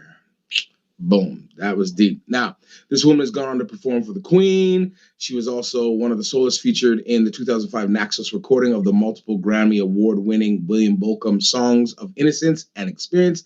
And additionally, she won a Juno Award in 2008 for the album Surprise.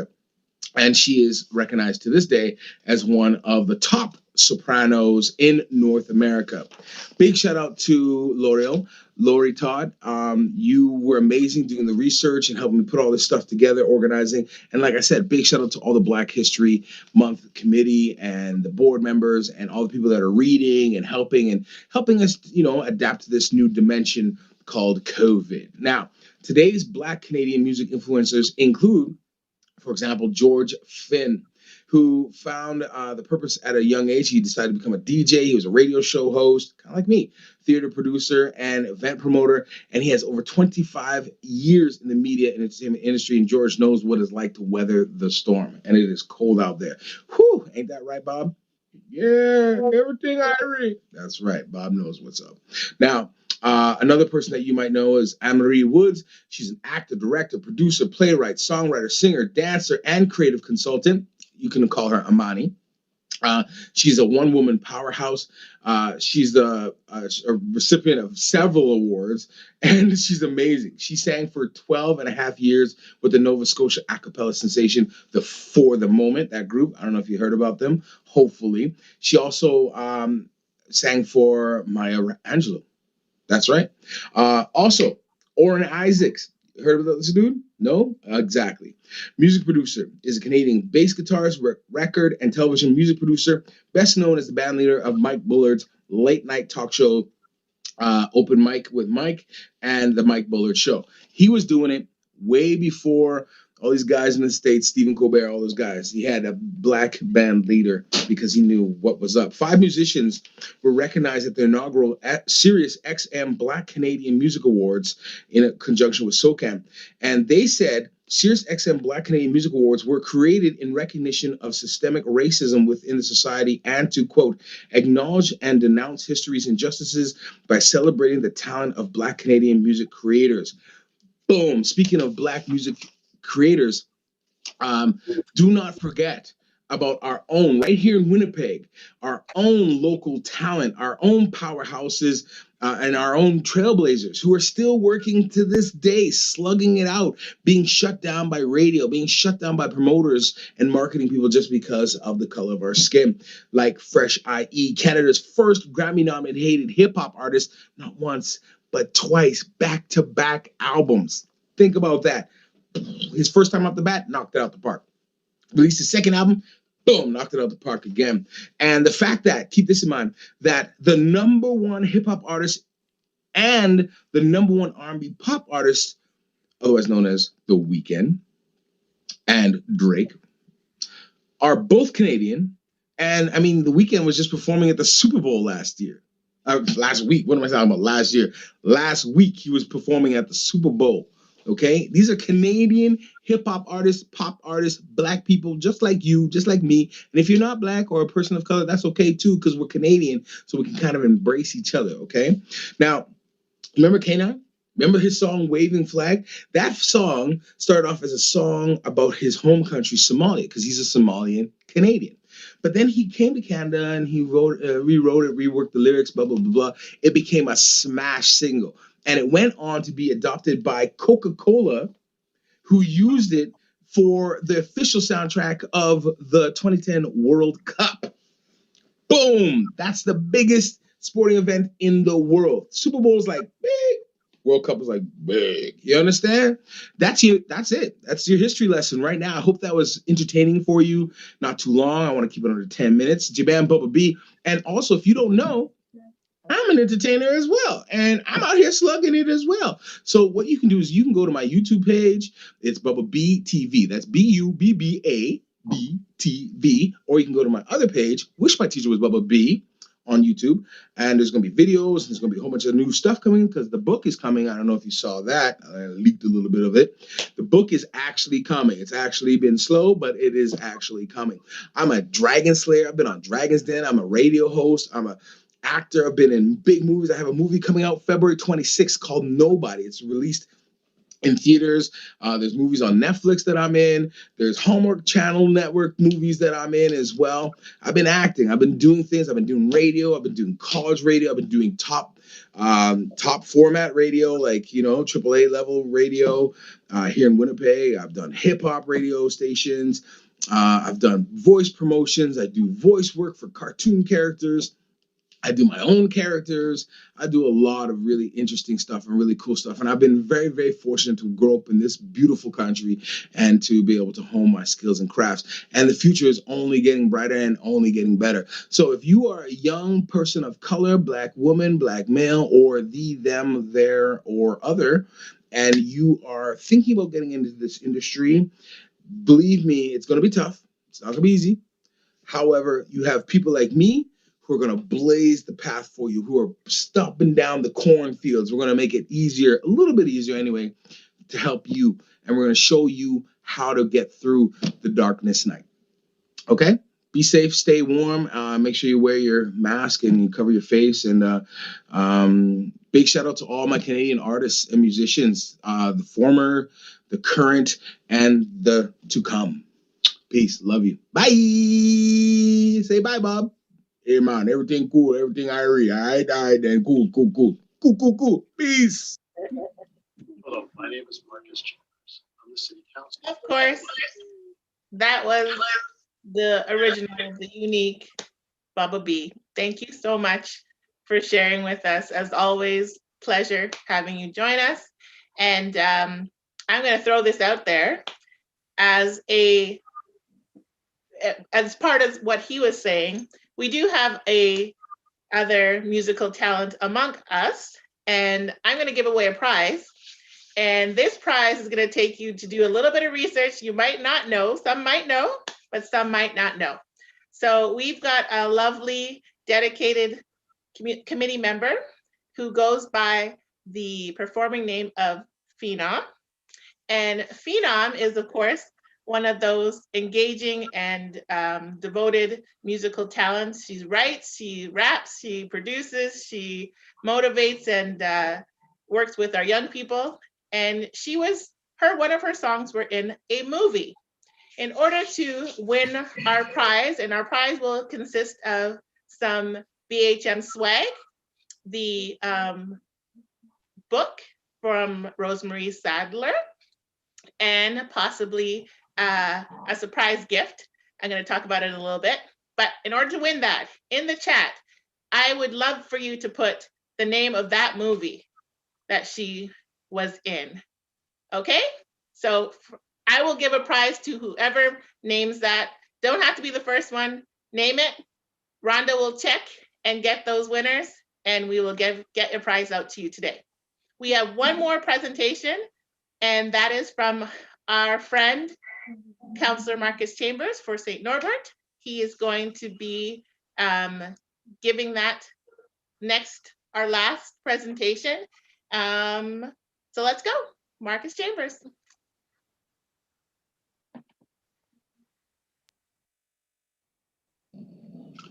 Hello, my name is Marcus Chambers. I'm the city councillor for St. Norbert Seine River Ward, and happy to share a perspective on Black history called The Inventors. If you're like me and recently watched the Hollywood production of Hidden Figures, chronicling the story of Katherine Johnson, Mary Jackson, and Dorothy Vaughan, you have learned the contributions of these Black women and the important role that they had to play in the US space race back in the 1960s. They inspired me to learn more about the other stories that I wasn't aware of, and maybe even took for granted that the contribution of an invention was not through the inspiration of a Black inventor. There are so many more. It's often been said that necessity is the mother of invention, and this has been the source of inspiration of many Blacks who have had to make do and struggle with humble means of their surroundings. Through the struggle comes inspiration, and through the inspiration comes triumph. But the triumph has been shared by all, despite its humble beginnings. Many people have also heard about the story of how George Washington Carver inspired over 300 products made from peanuts, flour, paste, insulation, paper, wallboard, wood strains, soap, shaving cream, and other skin lotions. Others may also be familiar with the story of Sarah Breedlove, aka Madam C.J. Walker, the inventor of beauty products and the first woman to be a self-made millionaire in the United States. Wow, how inspirational is that? But did you also know that there are many products that we use every day that were created by Black people? Here's the list of about 14 of them until now, maybe you probably didn't know of. We'll start with Dr. Shirley Jackson, who's an American physicist. She received her PhD from the Massachusetts Institute of Technology, MIT, in 1973. She was the first-born African-American woman to earn a doctorate in nuclear physicist at MIT. In addition to her lengthy list of achievements, she has also an impressive number of inventions that she can lay claim to. Her experiments with theoretical physics paved the way for numerous developments in telecommunications space, including the touch-tone telephone, the portable fax, the caller ID, call waiting, and the fiber optics cable. These are all inventions that we use today. Dr. Shirley Jackson is the 18th president of Rensselaer Polytechnic Institute of Troy, New York. What an accomplishment. Then there's Lewis Latimer, an inventor and engineer. Lewis Latimer was born in Chelsea, Massachusetts in September 1848. He collaborated with scientists such as Hiram Maxim and Thomas Edison, who we know has created the light bulb. One of Latimer's greatest inventions was the carbon filament, a vital component of the light bulb. So without him, Thomas Edison wouldn't have laid claim to the light bulb. Latimer's inventions didn't stop there. He worked with Alexander Graham Bell, a Canadian, who helped him draft the patent for Bell's design of the telephone. This genius also designed and improved the railroad car, bathroom, and an early air conditioning unit. So the next time you're escaping from the heat on a hot summer's day, don't forget to think about Lewis Latimer. Then there's Marie Van Britten Brown. Did you know the first home security system was invented by a Black nurse? Well, meet Marie Van Britten Brown.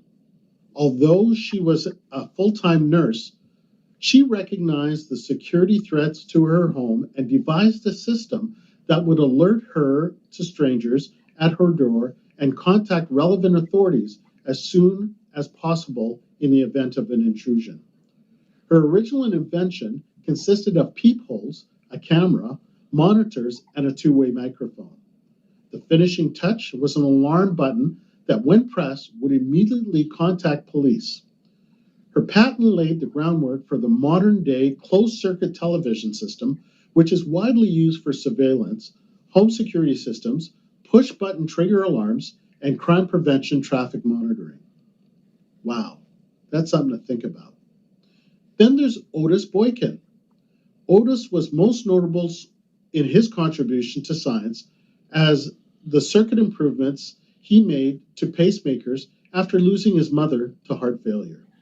Again, necessity is the mother of invention. A contribution that has saved countless lives. But the single improvement was among the list of his long achievements. Boykin had 26 patents in his name and is famed for the development of the IBM International Business Monitor computers, burglar-proof cash registers, chemical air filters, and electronic resistors used in the control of missiles and other devices. We can't forget about Lonnie G. Johnson. Did you ever enjoy a water gun fight as a kid? Well, meet Lonnie Johnson, the man who gave us the most famous water gun, the Super Soaker. Lonnie wasn't a toy maker. He was actually an aerospace engineer with NASA, with a resume boasting of a stint with the U.S. Air Force. He worked on the Galileo Jupiter probe and the Mars Observer project, and more than 40 patents. Yes, he's also working on Johnson thermoelectric energy converter, which converts heat directly into electricity. But it's the squirt gun that he created that has given us the most joy. Then there's Charles Drew. Every 2 seconds, someone in the United States needs blood. Thanks to Charles Drew, that blood is available. Drew was a physician, a surgeon, and a medical researcher who worked with a team at the Red Cross on groundbreaking discoveries around blood transfusions. In World War II, he played a major role in developing the first large-scale blood banks and blood plasma programs. He also invented the, get ready for this because it's a pretty charming thing, it's called the Bloodmobiles. These are refrigerated trucks that to this day safely transport stored blood to the location where it's most needed. Drew was one of the first and most prominent doctors working in this field. And one day of all, and one of the only African Americans during a time when blood donations was still separated along the lines of race. How unfortunate. Drew eventually resigned from his position with the American Red Cross over their insistence of adhering to this policy. It was in 1950 before the Red Cross finally recognized that all blood is equal. Marion R. Croak. In 2013, Marion Croak was introduced into the Women's Technology International Hall of Fame and a move that recognized her remarkable achievements in technology. Croak holds over 135 patents, primarily in her voice over internet protocol, or known as VoIP. Some in other areas she also has patent pendings. She has another 100 patents currently under review. Today, Marion is a senior vice president at AT&T and serves as a mentor for women in AT&T Labs and sits on the board for the Holocaust, Genocide, and Human Rights Education Center. Then there's Lisa Gelobter. If you can enjoy an animated GIF on the web, it's likely because of the amazing clip of a kitten that's being scared by an iguana. Then you have to thank Lisa for this invention. Gelobter was integrally involved in the advent of the shockwave, a technology that has formed the beginning of web animation. She also played a major role in the emergency online video, later serving on the senior management at a team in Hulu. Previously, Lisa was the interim head of digital marketing for the BET networks and ran technology, product, and business operations for that network. Today, you can catch Lisa at the White House in the United States Digital Service. She is currently serving as the Chief Digital Service Officer with the U.S. Department of Education. Then there's Philip Imangwali. Due to costs, Philip was forced to drop out of school at the age of 14. But this didn't stop him from becoming one of the greatest computer pioneers of our time. In fact, he's often called the Bill Gates of Africa. As an adult, Imangwali began the study of nature, specifically bees. The construction of the honeycomb inspired him to rethink computer processing. In 1989, he put this idea to work using 65,000 processes to invent the world's first massively parallel processing supercomputer, able to perform 3.1 billion calculations per second. That same year, Imangwali received the Gordon Bell Prize for his application of the CM2 massively parallel computer. Then there's Jesse Ernest Wilkins. Jesse Ernest Wilkins Jr. is one of America's most importantly contemporary mathematicians. At 13, he became the University of Chicago's youngest student. Wilkins continued his study there, earning a bachelor's degree, master's, and eventually earning his doctorate degree in mathematics at age 19. He published papers in mathematics, optics, and nuclear engineering. As a mathematician for the American Optical Company in Buffalo, he perfected a lens design for microscopes and ophthalmologists' uses. His greatest contribution to scholarships was the development of a mathematical model to explain gamma radiation and his works on developing a shielding against gamma radiation. His other claim to fame was working on the Manhattan Project. The Manhattan Project, as you're aware, led to the development of the A-bomb that ended World War II. Wilkins worked with the future of the Nobel laureate Eugene Wigner and made significant contributions to nuclear reactors, which is now known as the Wilkins effect and the Wigner-Wilkins spectrum. Then, of course, there's Elijah McCoy. Elijah is a Canadian and often regarded as one of the most famous Black inventors ever. McCoy was credited with over 50 inventions over the span of his lifetime. In an effort to improve efficiency and eliminate the frequent stopping of necessary for lubrication of trains, McCoy devised a method of automating that task. In 1872, he developed a lubricating cup that could automatically drip oil when and where it was needed, vital in avoiding sticking to the track. The lubrication cup met with enormous success, and orders for it came in from railroad companies all over the country. It was so popular that when other inventors attempted to steal his idea and sell it as their own version, companies were not fooled. They insisted on the authentic device, calling it the real McCoy. Garrett Morgan. Those who survived in either of the world wars thank the gas mask and the achievement of Garrett Morris as to appreciate him. Morgan first created the safety hood to help firefighters navigate smoky buildings, later modifying it to carry their own air supply, making it the world's first effective gas mask. He also had a good sense to add a third party to the traffic signal. Yes, there was time when traffic signals just had stop or go. In addition to that, he further reduced automobile accidents. And lastly, I want to talk about Mary and Mildred Davidson. Mary and her sister Mildred patented many practical inventions. They didn't have technical education, but they were both exceptional at spotting ways to make people's lives better. Today, they invented sanitary belts. Later, Mary invented moisture-resistant pocket for the belt, while disabled from multiple sclerosis.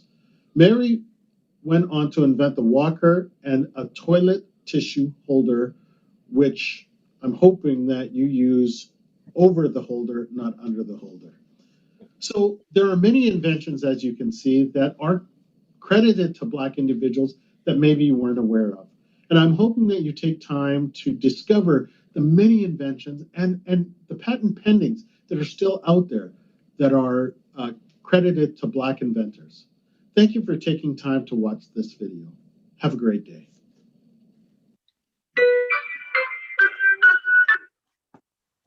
So that is it. That was our presentation for Black History. The lesson, of course, was so fantastic, I'm sure, and I'm hoping that everybody learned something today. I want to take a moment to thank all of those involved. First off, we definitely need to acknowledge the team that was all a part of this day. So from Miss Mavis, L'Oreal Todd, Rhonda Thompson, we want to thank you for all that you did. Anthony Charles, thank you. And Patrice from our committee as well, thank you for your video. And I do want to make note to those who've always taken part, Pastor Calvert Lane and Victor Vaughn. I know that we didn't have your portions this year, but you're on standby for next year. Your creativity and your input is so useful and great. We're grateful for all the work that you've always done. So thank you for that. For all of you who took part today, we put the call out and we're so grateful that you were able to come today, send videos, and put this all together. So I want to start with our anthem. Thank you to Rochelle for that. Also want to thank, of course, Rosemary Sadler for doing her presentation from Toronto. Thank you to Marjorie White and KB Fuji Melody. Thank you also to our government officials, Honorable Audrey Gordon, MLA Wab Canoe, and Councillor Marcus Chambers. Thank you so much for your time. For Ogo from Zuike and Ian Hope and Bubba B, the MC, thank you very, very much for your participation today. Ms. Antlet Zwadi, thank you for giving us an insight into our mental health. Please, again, I remind you all to get involved in that toolkit, helps that promotion of Black mental health. They need your support. Thank you so much. I hope I didn't miss anybody, but I also want to say that we've got another event still coming up. On the 27th, we've got our virtual youth debate and research challenge. So definitely check out our website, bhmwinnipeg.com, for all that information. I have to send a shout out to our government officials, and all of you are here taking part and joining us all day. It's a long day, but we've been able to entertain you, I hope, and that you enjoyed this day completely.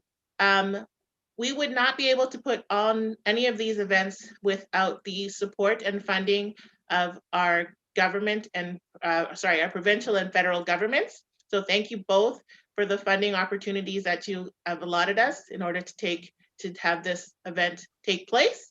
And for your sponsorship and donations that come in all through the year, thank you so much. It is a virtual world. It is a different world. I hope that you enjoyed this as much as we enjoyed putting it on. It's not easy, but we've made it work. So thank you to everybody for your patience and your understanding. We are hoping to have some of our events take place later on this year. So as Lori mentioned, we are hoping that we are going to be able to do our basketball event this summer and our Heart, Spirit, and Soul concert this fall. And also, we would love to be able to do our awards ceremony this year in the fall. So keep watch and keep looking at our Facebook and our YouTube channel, our Instagram. Our story times are still going on. We will continue that throughout the year. Don't forget to tag us and share. If you want to be a part of our story time or a part of any of our events, please shoot us off an email, bhmwinnipeg@gmail.com, and we would love to have you participate in any way that you feel fit. Today, you can also send us an email letting us know about the experience. We're hoping to get the survey out to all of you. So please, if you don't already have a way to share your email address, we would love to get your input on this event. So we're going to send you a survey for you to fill out in accordance to our funding responsibilities. So please take the time to do that. Our Instagram is at BHM Winnipeg. That's BHM forward, WINNIPG. So I think that is all. I have my lovely twosome. Oh, before we go, I do want to mention, if you can see Rhonda, I'm going to ask her to stand up for one little second. She's wearing a beautiful shirt. And on that shirt, on the front of it says, know their names. And then on the back of it has about, I believe it's about 20-ish inventors. So we've had that shirt created in collaboration with some of our city council members, and also with the sponsorship of TD Bank. And we are going to be handing those shirts out to your schools. So hopefully, cross your fingers that your city council member is a part of that initiative, and you'll be able to be given those t-shirts through your schools. So keep watch on all of our social media to hear more about how you can get your hands on one of those t-shirts. We will definitely be giving some away from Black History Manitoba. And sorry, Brenda, I don't know exactly which schools. There's some that I know for sure in the St. Vital area, there's a few schools. In the St. James area, there's a few schools. Seven Oaks has joined us, so they'll be getting some there. So it's one thing, you can either send us an email or contact your city council member, and they will be able to let you know whether they are part of the initiative to get those shirts out. If you do happen to be not one of those, please let us know. We'll promise that we'll try very hard to make sure that we get a t-shirt to you. Okay, so before we end, thank you again to everybody for joining us today. We are going to close with a the Hymn to Freedom, which is a newly created video presentation from an old song that has been recreated to be specific to our Canadian heroes and heroines and touching on Canadian history. So have a wonderful day, stay warm, and please follow us, email us, check out our website. We are here for you 365 days a year. Please continue to support Black History Manitoba, support our Black History initiatives, and shop locally. Thank you guys. Have a great day, and bye from Black History Manitoba.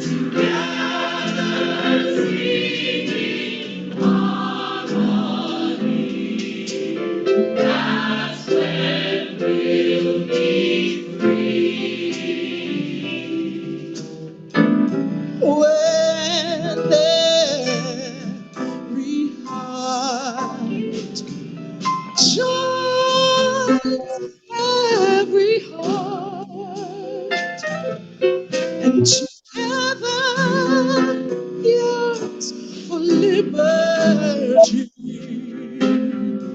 That's when we'll be free.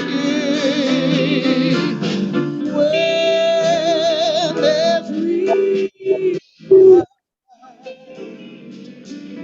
joins every heart together was our destiny. That's when we'll be free. And yeah, every day, you know the heart sing,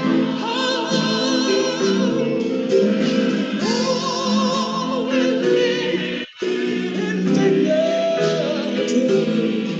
Oh, that's when we'll be.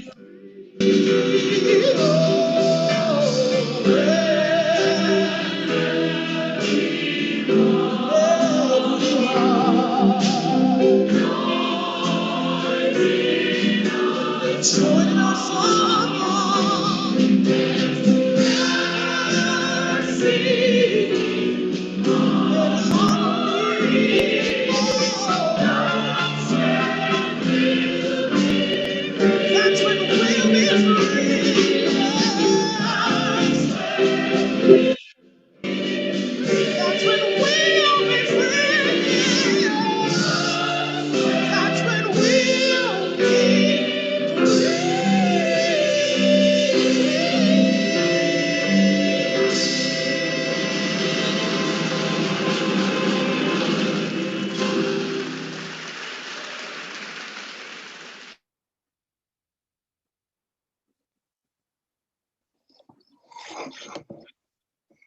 Bye-bye, everyone. Thank you so much for joining us today.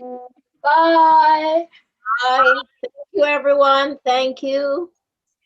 And the recording, bye. Bye, everybody. Bye.